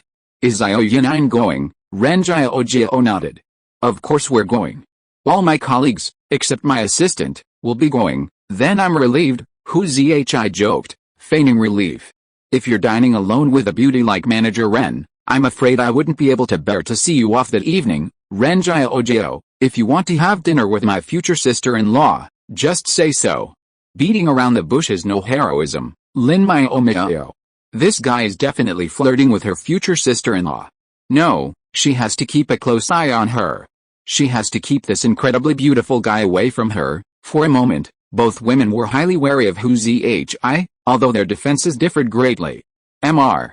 Hu just loves to joke around, Lin Miaomiao interrupted with a dull face. "By the way, let's meet directly at Xianyu building tonight, so we don't waste time going back and forth." "Okay," Hu Zhi made the final decision, "then we'll meet at Xianyu building tonight." Chapter 321 Chicken Feast. The appointment with Hu Zhi was for 7 p.m., but Lin Miaomiao and the others had already arrived at Xianyu Tower at 6:50 p.m. For a dinner party, it's considered rude for the host to arrive later than the guests. Xianyu Tower is also a large interstellar hotel chain, much larger than the Lin family hotel, with branches spread across the star regions of the Federation. However, the menu is rather monotonous. Even if they invest heavily in innovation every year, they can't surpass the Lin family hotel. Lin Miaomiao felt guilty about this. After all, her dishes are all ancient recipes. If humanity hadn't faced a severe existential crisis and lost those ancient recipes, she wouldn't have been able to achieve such a culinary advantage. After entering the reserved small private room, the four of them didn't order in advance. Yu Hongbo, however, wanted to order 4 or 5 dishes. If we wait for the guests to arrive, we'll just sit there and watch. If you're greedy, just say so. You're using the guests as an excuse, Sun Bo said, scorning him. We have the same name. Why can't you learn from my steadiness, Yu Hongbo? Damn. How dare you despise his character in front of him like this? Don't stop him. He won't eat until he beats this idiot to death today. Yu Hongbo was ready for a showdown between his namesakes, but Sun Bo sat very calmly on the chair, fully demonstrating his composure. Seeing that the war was about to break out, the door of the box opened and the waiter brought their only guest in. He was surprised to see the tense situation in the box. Hu Zhi couldn't help laughing and said, "Are you guys having a civil war?" Yu Hongbo put down his right leg that was on the chair and said nonchalantly, "How could that be, Mr. Hu? You're overthinking it. We are just cultivating brotherhood and exercising at the same time. Keep your stomach empty so you can eat more later." Ahem, Hongbo, why don't you ask the guests to sit down quickly? Ren Jiao covered her face with her hands. She had definitely chosen the wrong companion this time. She actually brought 2 idiots out to embarrass herself. "Oh, I almost forgot," Yu Hongbo said enthusiastically, pulling out a chair. "Please take a seat, Mr. Hu. We haven't ordered yet, and we're waiting for you." Hu Zhi frowned. It sounded like he was late. It wasn't even 7 o'clock yet. "Can I sit somewhere else?" This couldn't be intentional. There was a clear black footprint on the chair, and they'd even pulled it open for him to sit. Did they think he was blind? Yu Hongbo had no idea what was going on in Hu Zhi's mind. He readily replied, "There are plenty of seats. Take any." As soon as he finished speaking, Hu Zhi took the empty seat next to Lin Miaomiao. Yu Hongbo's eyes immediately turned strange. No wonder he hadn't wanted to take the seat he'd pulled out. It turned out he had his eye on the seat next to the young cook. What should he do? Should he force him to move? With the boss away, it was his duty to make sure the young cook didn't climb over the wall. "Stop embarrassing yourself and sit down," Sun Bo whispered. "You're dragging our collective IQ down." When Yu Hongbo got angry, he'd just make sarcastic remarks. He'd go out and fight her if he could. "It's hard to be a good person these days," Sun Bo sighed, reminding him one last time, "Hurry up and sit down. The little cook is about to lose her temper, you know." In the minds of the Shen Yu fleet's members, the little cook was a terrifying creature, best avoided unless necessary. For example, if someone angered her, she wouldn't impulsively resort to mech-based battles. Instead, she'd personally prepare a meal for everyone in the fleet, leaving the offender with a special treat, pig food cooked by number 3. She was also a skilled complainer, unashamed of it. After each complaint, the captain would come and practice with the person being complained about. Thinking of the increasingly arrogant little cook, Yu Hongbo decisively backed down. "Mr. Hu, you're the guest. You order today." Ren Jiao smiled brightly, turning the virtual menu to Hu Zhi. "In that case, I won't be polite." Hu Zhi chuckled softly, with a hint of charm in her soft laughter, causing everyone present to feel a little agitated. Lin Miaomiao frowned and complained expressionlessly, "Is Mr. Hu's smile so seductive? Aren't you afraid of attracting a pack of wolves to watch?" Hu Zhi's narrow peach blossom eyes slanted at her. "So, Xiao Yunyan, have you been tempted?" "No." Lin Miaomiao shook her head decisively. Even if she had, she couldn't admit it. There was someone's spy here. Hu Zhi shook her head regretfully, focused her attention on the menu and began to order. Drooling chicken, big plate chicken, 3-cup chicken, fruit charcoal grilled whole chicken, chestnut roasted chicken, pan-fried chicken cutlet, mushroom chicken, kung pao chicken, pickled pepper chicken feet, spicy and sour chicken offal, jiran chicken legs. A series of chicken-related dishes immediately appeared on the menu. Lin Miaomiao and the other 3 couldn't help but admire him. How much does he love chicken? After Hu Zhi finished ordering, Yu Hongbo jokingly mentioned, "You still have soup and snacks, right?" "Oh, you guys have that habit," Hu Zhi said, understanding. "Then let's have the mushroom chicken soup, spicy chicken wings, and popcorn chicken." The menu was submitted and uploaded to the kitchen, and the waiter in the private room was sent away. Having someone standing by while eating wasn't exactly a pleasant experience, and Lin Miaomiao and the others weren't used to it. "Mr. Hu seems to really like chicken," Lin Miaomiao asked tentatively. She remembered a certain animal that particularly loved eating chicken, and the person before her was suspected of being a shape-shifting beast. Hu Zhi did not answer but asked, "Why is Xiao Yanyin so distant to me?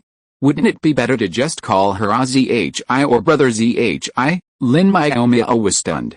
She really didn't want to learn the habit of being outgoing, but it was necessary to build a closer relationship with her. This was Gu Qinghang's task. Unfortunately, he was not here now, so she had to seize the opportunity that was delivered to her door. "Brother Zhi?" Lin Miaomiao called out more obediently, but she did not forget her doubts and continued to ask, "You haven't answered my question yet." Hu Zhi held his forehead. This girl was really persistent. He had tried to change the subject but she still remembered him. The dishes he ordered were indeed a bit too much. He ordered a whole chicken feast. He had always been able to control this impulse when dining with clients before, but why did he order it out of impulse today? However, although it was a bit conspicuous that he loved eating chicken, there was no need to hide it. There were so many strange people in this world, and it wasn't that strange for him to do so. After thinking about it for a long time, Hu Zhi felt that he should not reveal the truth, so he smiled and said, "I'm sorry, I have loved eating chicken since I was a child. I couldn't control my appetite and ordered all the chicken. If you don't like it, try changing a few dishes." He was not happy to change everything, but it was no problem to change a few dishes, otherwise it would be too rude of a guest like him. Well, if not, just cancel the mushroom chicken and kung pao chicken, as there is not much chicken in these two dishes. "No need, actually, the whole chicken banquet is also good," Sun Bo said with pretended calmness, but his heart was already filled with tears. He really didn't like chicken. What should he do? Fortunately, Ren Jiao, who treated the guests, was very generous, and waved her hand and said generously, "No need to change, just order a few more, such as a braised whole fish, a chopped pepper fish head, and a steamed yellow croaker." Manager Ren, Lin Miaomiao said with a headache, "Fish have a lot of bones, just order two. The table is already full of chicken. If you add a few more dishes of fish, how will others survive?" "That's right, Manager Ren, you actually like to eat fish so much, you can't be the incarnation of a cat demon." Yu Hongbo curled his lips. Lin Miaomiao's mind moved, and he took the opportunity to continue, "Hong Shui, you are stupid. The one who likes to eat fish is a cat demon, and the one who likes to eat chicken is a fox demon. Ren Jiao is innocent, she is just imitating others, okay? Besides, fish is really delicious." But since the future sister-in-law protested, "Then restrain yourself. Okay, considering that there are three of you, I will let you order two dishes," Ren Jiao said reluctantly. Chapter 322, Glutton. Ren Jiao generously gave the three of them the chance to order two more dishes. After their excitement died down, the two of them remembered that the young cook was a formidable figure, and with her around, it was no use ordering for them. Their excitement instantly faded. Yu Hongbo hesitantly said, "Little cook, you order those two dishes." His drawn-out tone betrayed his intense reluctance and unwillingness. Lin Miaomiao sensed this but didn't mind. She was a foodie, and besides not wanting to be shortchanged, she was happy to try anything delicious, so she didn't care who ordered the two dishes. "Hong Shui, you and Spinach order one of those two dishes each," Lin Miaomiao generously offered. Yu Hongbo and Sun Bo were delighted, saying in unison, "I want a braised pork or steamed pork with rice flour." The dishes were ordered, and everyone waited contentedly for their meals. Hu Zhi, who had been silent for a while, twirled his chopsticks thoughtfully, as if faced with a difficult question. After making an appointment with someone, you naturally cannot just leave them alone. Ren Jiao is not a fool. How could she let go of this opportunity? She smiled and said, "Mr. Hu, why don't you say anything? You look so frowned. Have you encountered some difficulties?" Hu Zhi was thinking about what Lin Miaomiao had just said, reflecting on whether he was too careless and actually made people think of a fox. Although it sounded like a joke, what if it was a deliberate test? Just when he was seriously thinking about how to wash himself clean, he was interrupted. Hu Zhi was also drunk and could only say casually, "I heard them calling Yanyin the little chef. Could it be that Yanyin's cooking skills are very good?" Lin Miaomiao said modestly, "I just graduated from school. My skills are not very good yet. I am only slightly better than the chef that your manager who took us to yesterday." Hu Zhi was speechless. He knew that Hu Xin liked to go to Zyankale to entertain customers. As the #1 chef of Yimin Star Hotel, Zyankale's skills are of course very good. But she actually compared herself with the chef there. Is she too confident, or does she not know her place? But no matter what the point was, Hu Zhi was only interested in one thing: what dishes is Xiao Yanyin good at? Are there any new chicken dishes, like those that Xianlao doesn't have? Yes, Lin Miaomiao nodded seriously, like jar chicken, hand-shredded chicken, beggar's chicken, and so on. There are so many ways to cook chicken. Hu Zhi's eyes turned green when he heard this. He had specially gone to the Lin family restaurant to eat all these dishes before, and they were so comfortable that he could order dozens of them in one go. Unfortunately, there were no branches of the Lin family restaurant on Yimin Star, and he couldn't stay on other planets all the time. That's great. I wonder if I'll have the chance to try your cooking, Hu Zhi said, his lips curled slightly, blinking at Lin Miaomiao. It would be great if he could charm her and make her stay as his personal cook. Even if her skills didn't meet his standards, digging out any recipe she knew would be great. After all, it was difficult to poach the chefs at the Lin family restaurant. What frustrated Hu Zhi was that despite his stunning beauty and his deliberate flirting, the person he was flirting with was far too dull. Not only wasn't he captivated, but he even asked in surprise, "Brother Zhi, are you having an eye cramp?" Was Lin Miaomiao dull? Of course not. It was just that she lacked the courage to enter a wolf's den alone, nor the noble spirit of self-sacrifice for the Federation. The creature next to her was likely a high-level shapeshifter, and even if it were delivered to him, it wouldn't be enough for him to devour in one gulp. "My eyes are good," Hu Zhi said grumpily. He was considering the feasibility of poaching, but before he could make up his mind, the dishes began to arrive.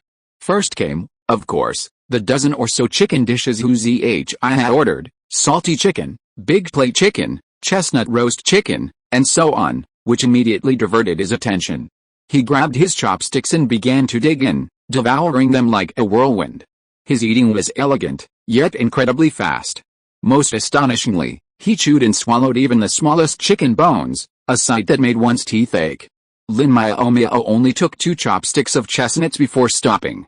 Someone was not only eating but also glaring at the person trying to snatch the chicken, a look so menacing it was almost hilarious. "Let me order a few more dishes," Ren Jiao said, not wanting to say anything more. It was just that 5 dishes for the 4 of them seemed a bit too few. After all, the restaurant's presentation was exquisite, but the portions were pitifully small. And judging by the speed Hu Zhi was devouring the chicken, these 10 or so plates wouldn't be enough. "Brother Zhi, what else do you want?" Lin Miaomiao asked. "Order a few more." "No, that should be enough," Hu Zhi said half-heartedly. "But I can finish a dozen more plates." Normally, he wouldn't show his gluttony, but today, for some reason, he instinctively started grabbing. Perhaps it was because these people didn't seem like sophisticated, calculating businessmen, but rather like inexperienced, clueless youngsters. Being around them made him feel younger, Hu Zhi thought to himself. After hearing what he said, Lin Miaomiao was too tired to complain. She could only reorder the dozen or so dishes he had just ordered, and then order 2 of her favorite dishes for herself. With a glutton eating like crazy next to her, her appetite seemed to have improved a lot. When they finished eating and paid the bill, the waiters looked at them with strange eyes. The 5 of them ordered 50 dishes, several snacks and drinks, and they actually ate them all. How could they eat so much? When the bill came, Ren Jiao took it and took a look at it. "Well, 46,800 credit points, it's not expensive." "That's not expensive," Sun Bo felt dizzy. His monthly allowance was only a little over 5,000, and he had eaten several months' worth of food on this meal. Aside from Sun Bo, everyone else nodded and said, "It's really not expensive. It's such a high-end restaurant, and we ordered so many dishes." Hu Zhi even said, "Xianlao is quite affordable. For example, a table at Zyankale would cost you hundreds of thousands of dollars." Well, Sun Bo felt that he was beginning to have a tendency to hate the rich. Why was he the only poor person in this group of people? It was really sad. Ren Jiao raised her hand and pressed the communicator to pay the bill, but then she remembered that her bank account was already negative. She immediately broke out in a cold sweat. What would happen if she said she had no credit now? Would Hu Zhi think that they were not treating her sincerely? Looking at the waiter who was waiting for the bill, Lin Miaomiao decided not to tell the truth, so she pretended to be natural and said to Lin Miaomiao, "Little cook, hurry up and pay the bill.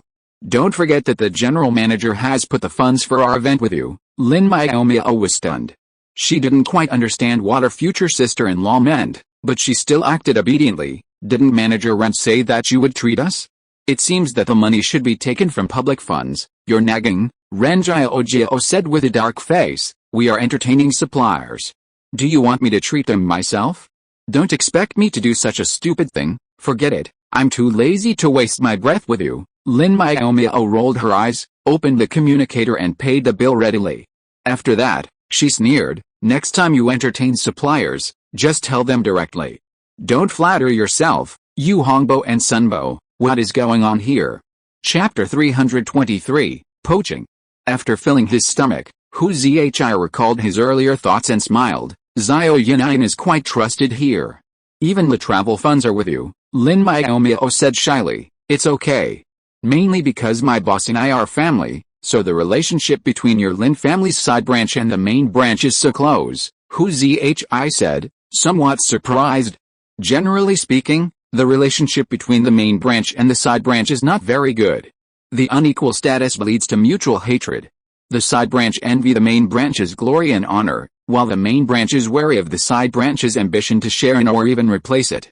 So, even though Hu Zhi knew Lin Miaomiao was from the side branch of the Lin family, he still planned to poach her with a large sum of money." Hearing Lin Miaomiao say this, he felt a little regretful, but still reluctantly invited her. "Yunyan, you're so capable, but you're not being used much? Why don't you just become my personal chef? The salary is negotiable." Lin Miaomiao's heart skipped a beat. This guy actually had such an idea. No, she brought him here, he couldn't be abducted. Seeing how intoxicated he was eating chicken just now, he must be a transformed beast. The last time the beast attacked Santa Star was because of a little fox. This one might be an old fox. So her future aunt-in-law must not go undercover. Having reached her own conclusion, Lin Miaomiao decided that the mission was accomplished and that it was time for them to return. She said with a smile, "Mr. Who, don't you dare try to get involved. She's our boss's best friend. If you try to seduce her, you'll face retaliation. Manager Ren, you and her don't really get along," Hu Zhi said with a half-smile.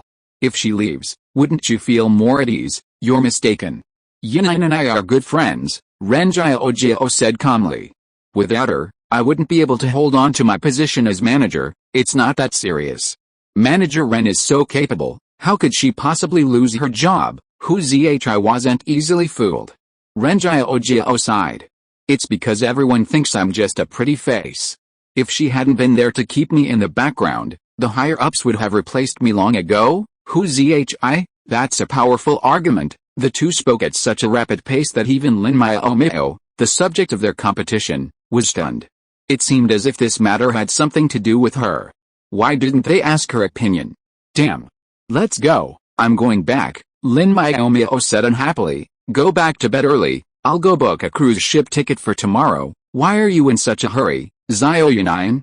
"I wanted to invite you guys out to play," Hu Zhi said with a smile. "There's nothing fun. You all ignored my opinions. I don't want to play with you." Lin Miaomiao is also a person with a temper.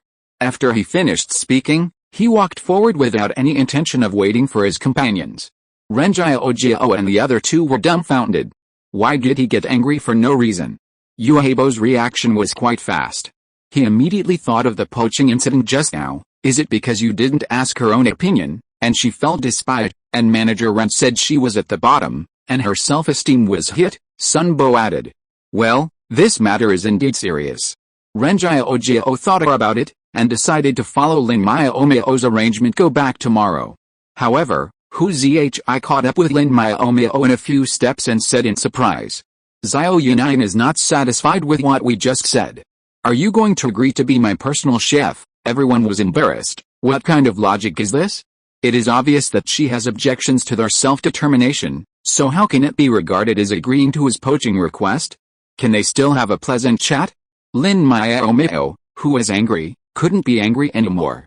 She said helplessly, I will not agree. It's so free in the Lin family restaurant. You can also learn to cook various dishes. Hu Zhi sighed. I was so happy for nothing. I thought there was a chance to win you over. You think too much? Lin Miaomiao complained bluntly. Hu Zhi felt very depressed when he failed to poach people and thought about the menus that he couldn't get. He couldn't let his own chefs learn to cook things like hand-shredded chicken. He was in no mood to play at all. As soon as he lost the mood, he decided to leave. Since we've already eaten and you guys want to go back and rest early, let's call it a night, Lin Miaomiao agreed. Okay, bye, brother Zhi. Well, do you need me to take you home? Hu Zhi asked suggestively. He figured that since Lin Miaomiao and the others had their own cars, there was no need for him to take them, so he'd only asked out of courtesy. But he hadn't expected the person he was dealing with to defy expectations and agree so readily. Since you insist, brother Zhi, I have no choice but to accept, Lin Miaomiao said modestly. Refusing someone's offer to poach him was embarrassing enough, but to refuse a ride back to the hotel would have been a complete loss of friendship. So, with his heart broken, Hu Zhi walked the four back to the hotel and then fled. Lin Miaomiao and the other three didn't understand his intentions, and wondered why he was so polite.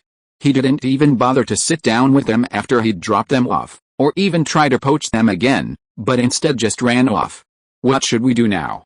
Go back to our rooms and sleep, Ren Jiao asked. I think we should discuss our findings from this operation and see what everyone has discovered, Yu Hongbo suggested. They were all going back. They couldn't just report back without knowing anything. They had to see what everyone had found. Then let's go to your room and talk, Ren Jiao decided. Why go to the two men's room? Of course, the hotel's double room didn't have a sofa or chairs, just two 2-meter wide beds. Even though it was just a temporary stay, Ren Jiao didn't want men using her bed. As soon as she entered, Ren Jiao was disgusted. You two are dressed like gentlemen, but why is the room so messy? You didn't even make up the quilt. The sheets and quilt were crumpled, bath towels, dirty clothes, and other things were scattered on the floor. Drink bottles and snack packaging were everywhere, leaving no room for footstools. They'd left the room this messy after just one night. They were truly talented, and most importantly, they weren't embarrassed at all. Yu Hongbo said even more shamelessly, there's nothing we can do. Without the family robots, there's no one to help clean up. We're in trouble too. Lin Miaomiao couldn't help but complain. Have you all been spoiled? What's the point of not being able to clean up the room? Hey, Yu Hongbo said in frustration, I'm a mecha pilot. Isn't it enough for me to operate a mecha to beat people? Why do I need to do such a small thing as cleaning up the room? That's a waste of talent. Sun Bo's face also turned red. Little cook, you must apologize. We are all mecha talents. There's no need to do such a small thing. Well, it seems that these two people don't think there's anything wrong with being idiots in life. Lin Miaomiao didn't bother to say more.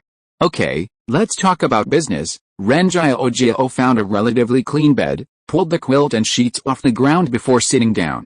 Yu Hongbo was dumbfounded. I still have to sleep at night. Chapter 324, The Meeting That Can Never Be Serious. If Ren Jiao's throwing of the sheets and blankets had stunned Yu Hongbo, Lin Miaomiao's next move had him wanting to kick the two women out. She also lifted up the mattress pad and sat directly on it. Lifting it up wasn't a big deal. The most significant thing was Lin Miaomiao's venomous remark, even though you don't smell, you're so lazy. Who knows if you'll shower at night? What if you go to bed smelt of sweat? The mattress pad will definitely smell like that, too. With this remark, Ren Jiao practically expressed her agreement, quickly standing up and throwing the mattress pad onto the floor. Yu Hongbo was furious. My bedding's been thrown to the floor. Are you guys going to let me sleep? Little cook, you're not doing this on purpose. It was obvious that Yu Hongbo had revealed his true colors. His revealing of her secrets in front of Hu Zhi had made her realize that her companions were indeed dangerous creatures, and that they needed to be exploited without mercy. Of course, such things were possible, but they could only be secretly enjoyed, never publicly. So, faced with her companion's rage, Lin Miaomiao decided to deny it. Hun Shui, what are you talking about? Lin Miaomiao sneered at him with a stone face. Am I that kind of person? It's just a bed. Just call the front desk and ask for it. Ren Jiao chimed in. Hun Shui, you're so shameless. You're bullying a girl much younger than you. I'll report this to the boss later, At the mention of the boss, Yu Hongbo instantly deflated like a ball, plopped down on the other bed, and dared not say a word. Sunbo glanced at him sympathetically, then smiled and tried to smooth things over. Hu Shui didn't sleep well last night, and he was too full just now, so he was talking nonsense. Don't take it too seriously, who was talking nonsense anyway? Yu Hongbo glared at him in dissatisfaction, feeling that this brother was completely unreliable. He was clearly responsible for the mess in the room, but just now he stood by and watched the show, with no intention of helping. Oh, I can't live like this anymore, Yu Hongbo sighed heavily. He decided to hurry back to the base. No one would know how messy his room was if he went back. Besides, he missed Kaianqian. He had been out for so many days, and he didn't know if any brats would try to take advantage of the situation. He couldn't let the person he had been guarding for so long be taken away by a wolf. Thinking of this, Yu Hongbo immediately forgot the unpleasantness of being despised just now, and also forgot that he would have to call the front desk to ask for a quilt later. He said with great energy, "Let's have a meeting. Also, has the little cook booked a ticket for the cruise ship back home? I can't wait to go home." Lin Miaomiao suddenly realized that she seemed to have forgotten something. It turned out that she forgot to book a ticket. She bought some money and turned on the communicator to check the flights.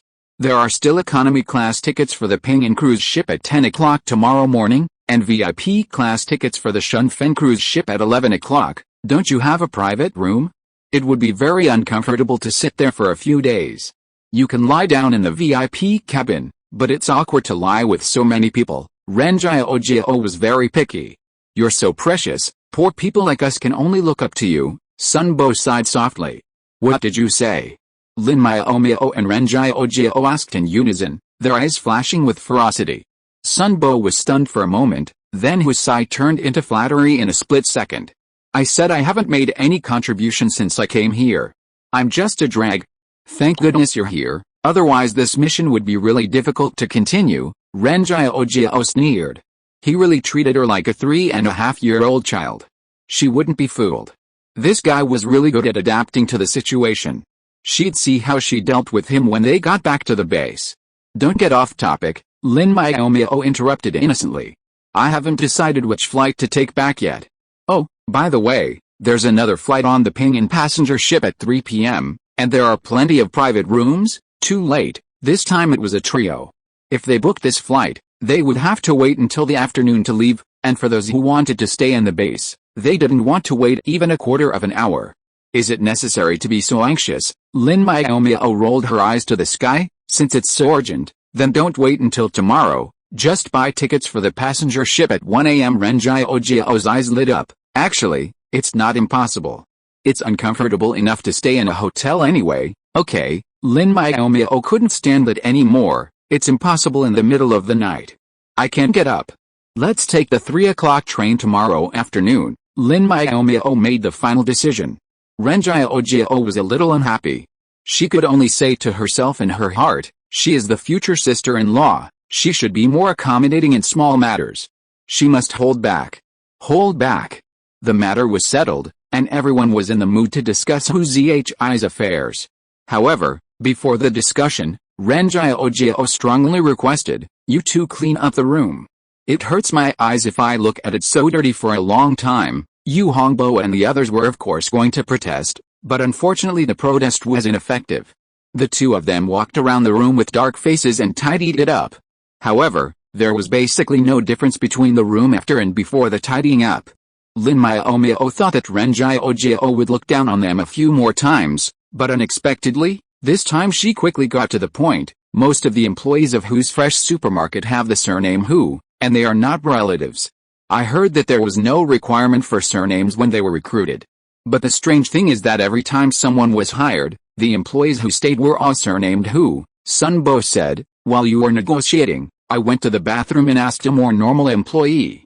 She said that the boss personally interviews the people recruited here, and many senior executives are a little strange when they first come in, as if they don't know anything and don't like to get along with others. It was like this when you first came in. Did you change later? Ren Jiao asked. Yes, and they adapted very quickly, in just a few days, Sunbo replied, then thought of a suspicious point. Another important point, Those senior executives who weren't comfortable with the job were initially very unfriendly. They were aggressive and threatening to many employees, and refused to obey Hu Xin's orders. Only Hu Zhi could give them the order. Hu Xin should be fine. I had the boss investigate his information. There's no evidence of falsification. He has a wife, a mother, and children at home. Yu Hongbo pulled up the information on the communicator and displayed a virtual screen for everyone to view. But about a third of the employees in their supermarket are orphans, and they're all young and unmarried. All three of them shared their findings. Now only Lin Miaomiao hadn't spoken yet, and so she was being targeted. Little cook, didn't you find anything? Yu Hongbo asked, his eyes gleaming with unmistakable pride. They all made some discoveries, but it would be fun if the little cook didn't. Lin Miaomiao glanced at him sideways and said slowly, I'm afraid you'll be disappointed. Just after dinner, I told the boss and had him check the dietary habits of the supermarket employees. They found something very strange. Those orphans named Hu all have one thing in common: chicken is their staple food.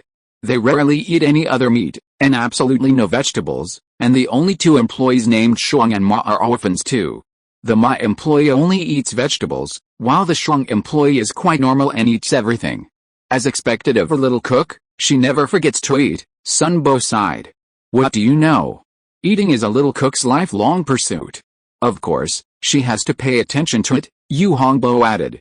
For example, at dinner, even though she knew the guy who was gorging on chicken was suspicious, she still calmly sat next to him and ate heartily. Lin Miaomiao glared at him. Don't act so arrogant here. Don't think I don't know that you ate 2 more bowls of rice today. As a qualified cook, she always pays attention to her colleagues' appetites. Chapter 325 The Capricious Cook. After several hours of clamor, the meeting concluded with a conclusion that Hu Zhi and the other orphanage executives were suspicious, possibly transforming beasts, but there was no way to confirm this. So, we've been working in vain these past few days. Our conclusions are still uncertain. We'll have to ask the boss to investigate some things, Yu Hongbo said, his face darkening.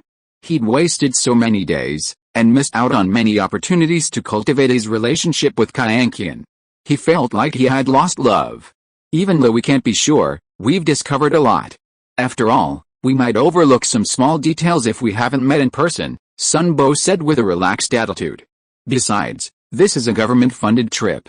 I've never stayed in a 5-star hotel in my life, or been to a luxury hotel like Xian'ai or Xiankale. This feels like a treat. Okay, as long as you're happy, Yu Hongbo said helplessly. At least one of them had a good time. The meeting ended, and Yu Hongbo contacted the front desk to change his bedding. The receptionist readily obliged, not asking why, simply saying that a waiter would come right away. The 2 girls returned to their room. Ren Jiao went to take a shower first. Lin Miaomiao had nothing to do, so she video called Gu Qingheng, asking about his childhood sweetheart's current situation and informing him that they would be returning home tomorrow afternoon. The Xia family hadn't arrived yet, and Gu Qingheng had already asked for leave to stay and take care of Xiaoran, so he wouldn't be going back with them tomorrow. After hanging up the video, Ren Jiao still hadn't come out. Lin Miaomiao thought about it and sent another video call to her eldest brother. When the call was connected, she saw him lying in bed with a face full of resentment. Brother, you went to bed so early. Lin Miaomiao was a little surprised. She remembered that Lin Xianhao was also a night owl. It wasn't even 11 o'clock yet, so why did he go to bed? It's late at night, lonely and sleepless, so I went to bed early to get sleepy. Lin Xianhao sighed deeply. He rolled his eyes and looked around Lin Miaomiao, but found that the beautiful woman was nowhere to be found, so he complained even more. Where's your sister-in-law? Lin Miaomiao frowned. She went to take a shower. Do you want to visit her? Of course, Lin Xianhao answered without hesitation. It was okay for his wife to take a shower. I'm afraid I'll disappoint you. I didn't plan to knock on the door, Lin Miaomiao said coldly. You're so proactive when you're taking advantage of others, but why don't you care more about others in normal times? I do care about her. It's hard to contact her these days because you've been on missions, Lin Xianhao said righteously. Really? Lin Miaomiao was skeptical. Sister-in-law couldn't even come up with tens of thousands of credit points for dinner today. She seems really short of money. Why don't you, her fiancé, give her some support? Although she hadn't yet married into the Lin family, Lin Xianhao and her relationship was already like a married couple, so Lin Miaomiao considered them family. If sister-in-law was short on cash, it must be Big Brother's fault. After all, Big Brother now owned a 10% stake in the Lin family restaurant and had no shortage of credit points. Lin Xianhao felt aggrieved. Jiao was good in every way except that she was too independent. She'd never asked him for pocket money, but he didn't intend to say it out loud. Complaining to his sister would be too embarrassing. I understand now. Thanks for the heads up, Lin Xianhao said, hanging up the call. He had to hurry and give his beloved wife some pocket money. As for why he gave her pocket money instead of handing over the financial reins, Lin Xianhao explained that as a grown man, it would be too embarrassing to have to ask for money to buy her a gift. Lin Xianhao broke the promise as soon as he got the news. Lin Miaomiao, who had been broken promise, could only curse in her heart with gritted teeth. She didn't dare to curse out loud because her sister-in-law had already come out of the bathroom. I'm fine, Miaomiao, you go take a shower. Ren Jiao tilted her head and wiped her wet hair with a towel, then slowly walked to the bed and sat down. Okay, Lin Miaomiao hurried into the bathroom. Her elder brother would definitely give his sister-in-law some warmth, so she had better stay away from him, or stay in the bathroom for an hour. The reason sounded very sufficient, but in fact, she was just afraid that her elder brother would call his sister-in-law for a video call later, and her snitching would be exposed. Lin Miaomiao washed her hair and took a shower slowly, and stopped only when her whole body was washed red. She checked the time on the communicator and found that she had only been in for more than half an hour. She decided to soak in the bathtub for a while. The hotel bathtub was large and spotless, but Lin Miaomiao still scrubbed it several times, scrubbing it thoroughly before filling it with warm water. She stopped when it was about 80% full and lay down in it. She pulled out her communicator, found a funny variety show, and watched it while soaking in the tub. It felt so comfortable to lie on the slanted wall of the tub and watch the funny show. After a while of comfort, she closed her eyes and fell asleep. Ren Jiao received a red envelope from her fiancé and chatted with him for over an hour. She reluctantly ended the video call, feeling it was too late, and then she noticed her future sister-in-law hadn't come out of the bathroom yet. Could something have happened? Ren Jiao muttered worriedly, knocking on the door. After knocking for a while, there was no response. Worried, Ren Jiao was about to force her way in when the door finally opened. Lin Miaomiao stood before her, wrapped in a bath towel, sleepy-eyed. I was so scared. I knocked on the door for so long but there was no response. I thought something had happened to you, Ren Jiao said, patting her chest to soothe her frightened heart. Lin Miaomiao blinked and said nonchalantly, it's just a bath. What could go wrong? I was so comfortable that I fell asleep. Ren Jiao rolled her eyes at her. I was worried about you. Besides, there are so many examples of people dying from falls, suffocation, and drowning in the bathroom. What if you were unlucky enough to encounter one of them? This was her own sister-in-law, and she cursed her like that. Lin Miaomiao almost wanted to fight. She had thought that she was being mistreated by her eldest brother and went to her to demand an explanation. Lin Miaomiao sullenly lay back on her bed, deciding to ignore her future sister-in-law for the time being and not chat with her anymore, just going to sleep. Ren Jiao didn't care about being ignored. It was already late at night, and it was normal to doze off and want to sleep. After all, she had someone to chat with her for so long tonight, so she wouldn't be too bored to sleep. The two of them slept soundly all night in silence until the next morning. Then, Ren Jiao was shocked to discover that her future sister-in-law seemed to be in a cold war with her, for unknown reasons. The Cold War manifested itself in the following ways. She pushed her out of bed before 6 in the morning, ate breakfast without a word, and then went back to her room to catch up on some sleep, leaving her, who couldn't sleep, behind her. At noon, the two male teammates called them to have lunch together. The sister-in-law spoke normally, but after eating, she went back to her room and ignored her again. Ren Jiao was helpless. She thought she was already willful enough, but she didn't expect to meet a sister-in-law who was even more willful than her. What's more, she didn't make any unreasonable demands, she just ignored her. This made her feel helpless. How can I coax you, my future sister-in-law? Ren Jiao sighed to the sky. End of this chapter. Thank you so much for reading until the end. Don't forget to give it a like. Looking for more exclusive content and immediate access? Subscribe to our Patreon. Remember, every like, subscription or donation encourages us to continue. Thank you all, see you in the next video.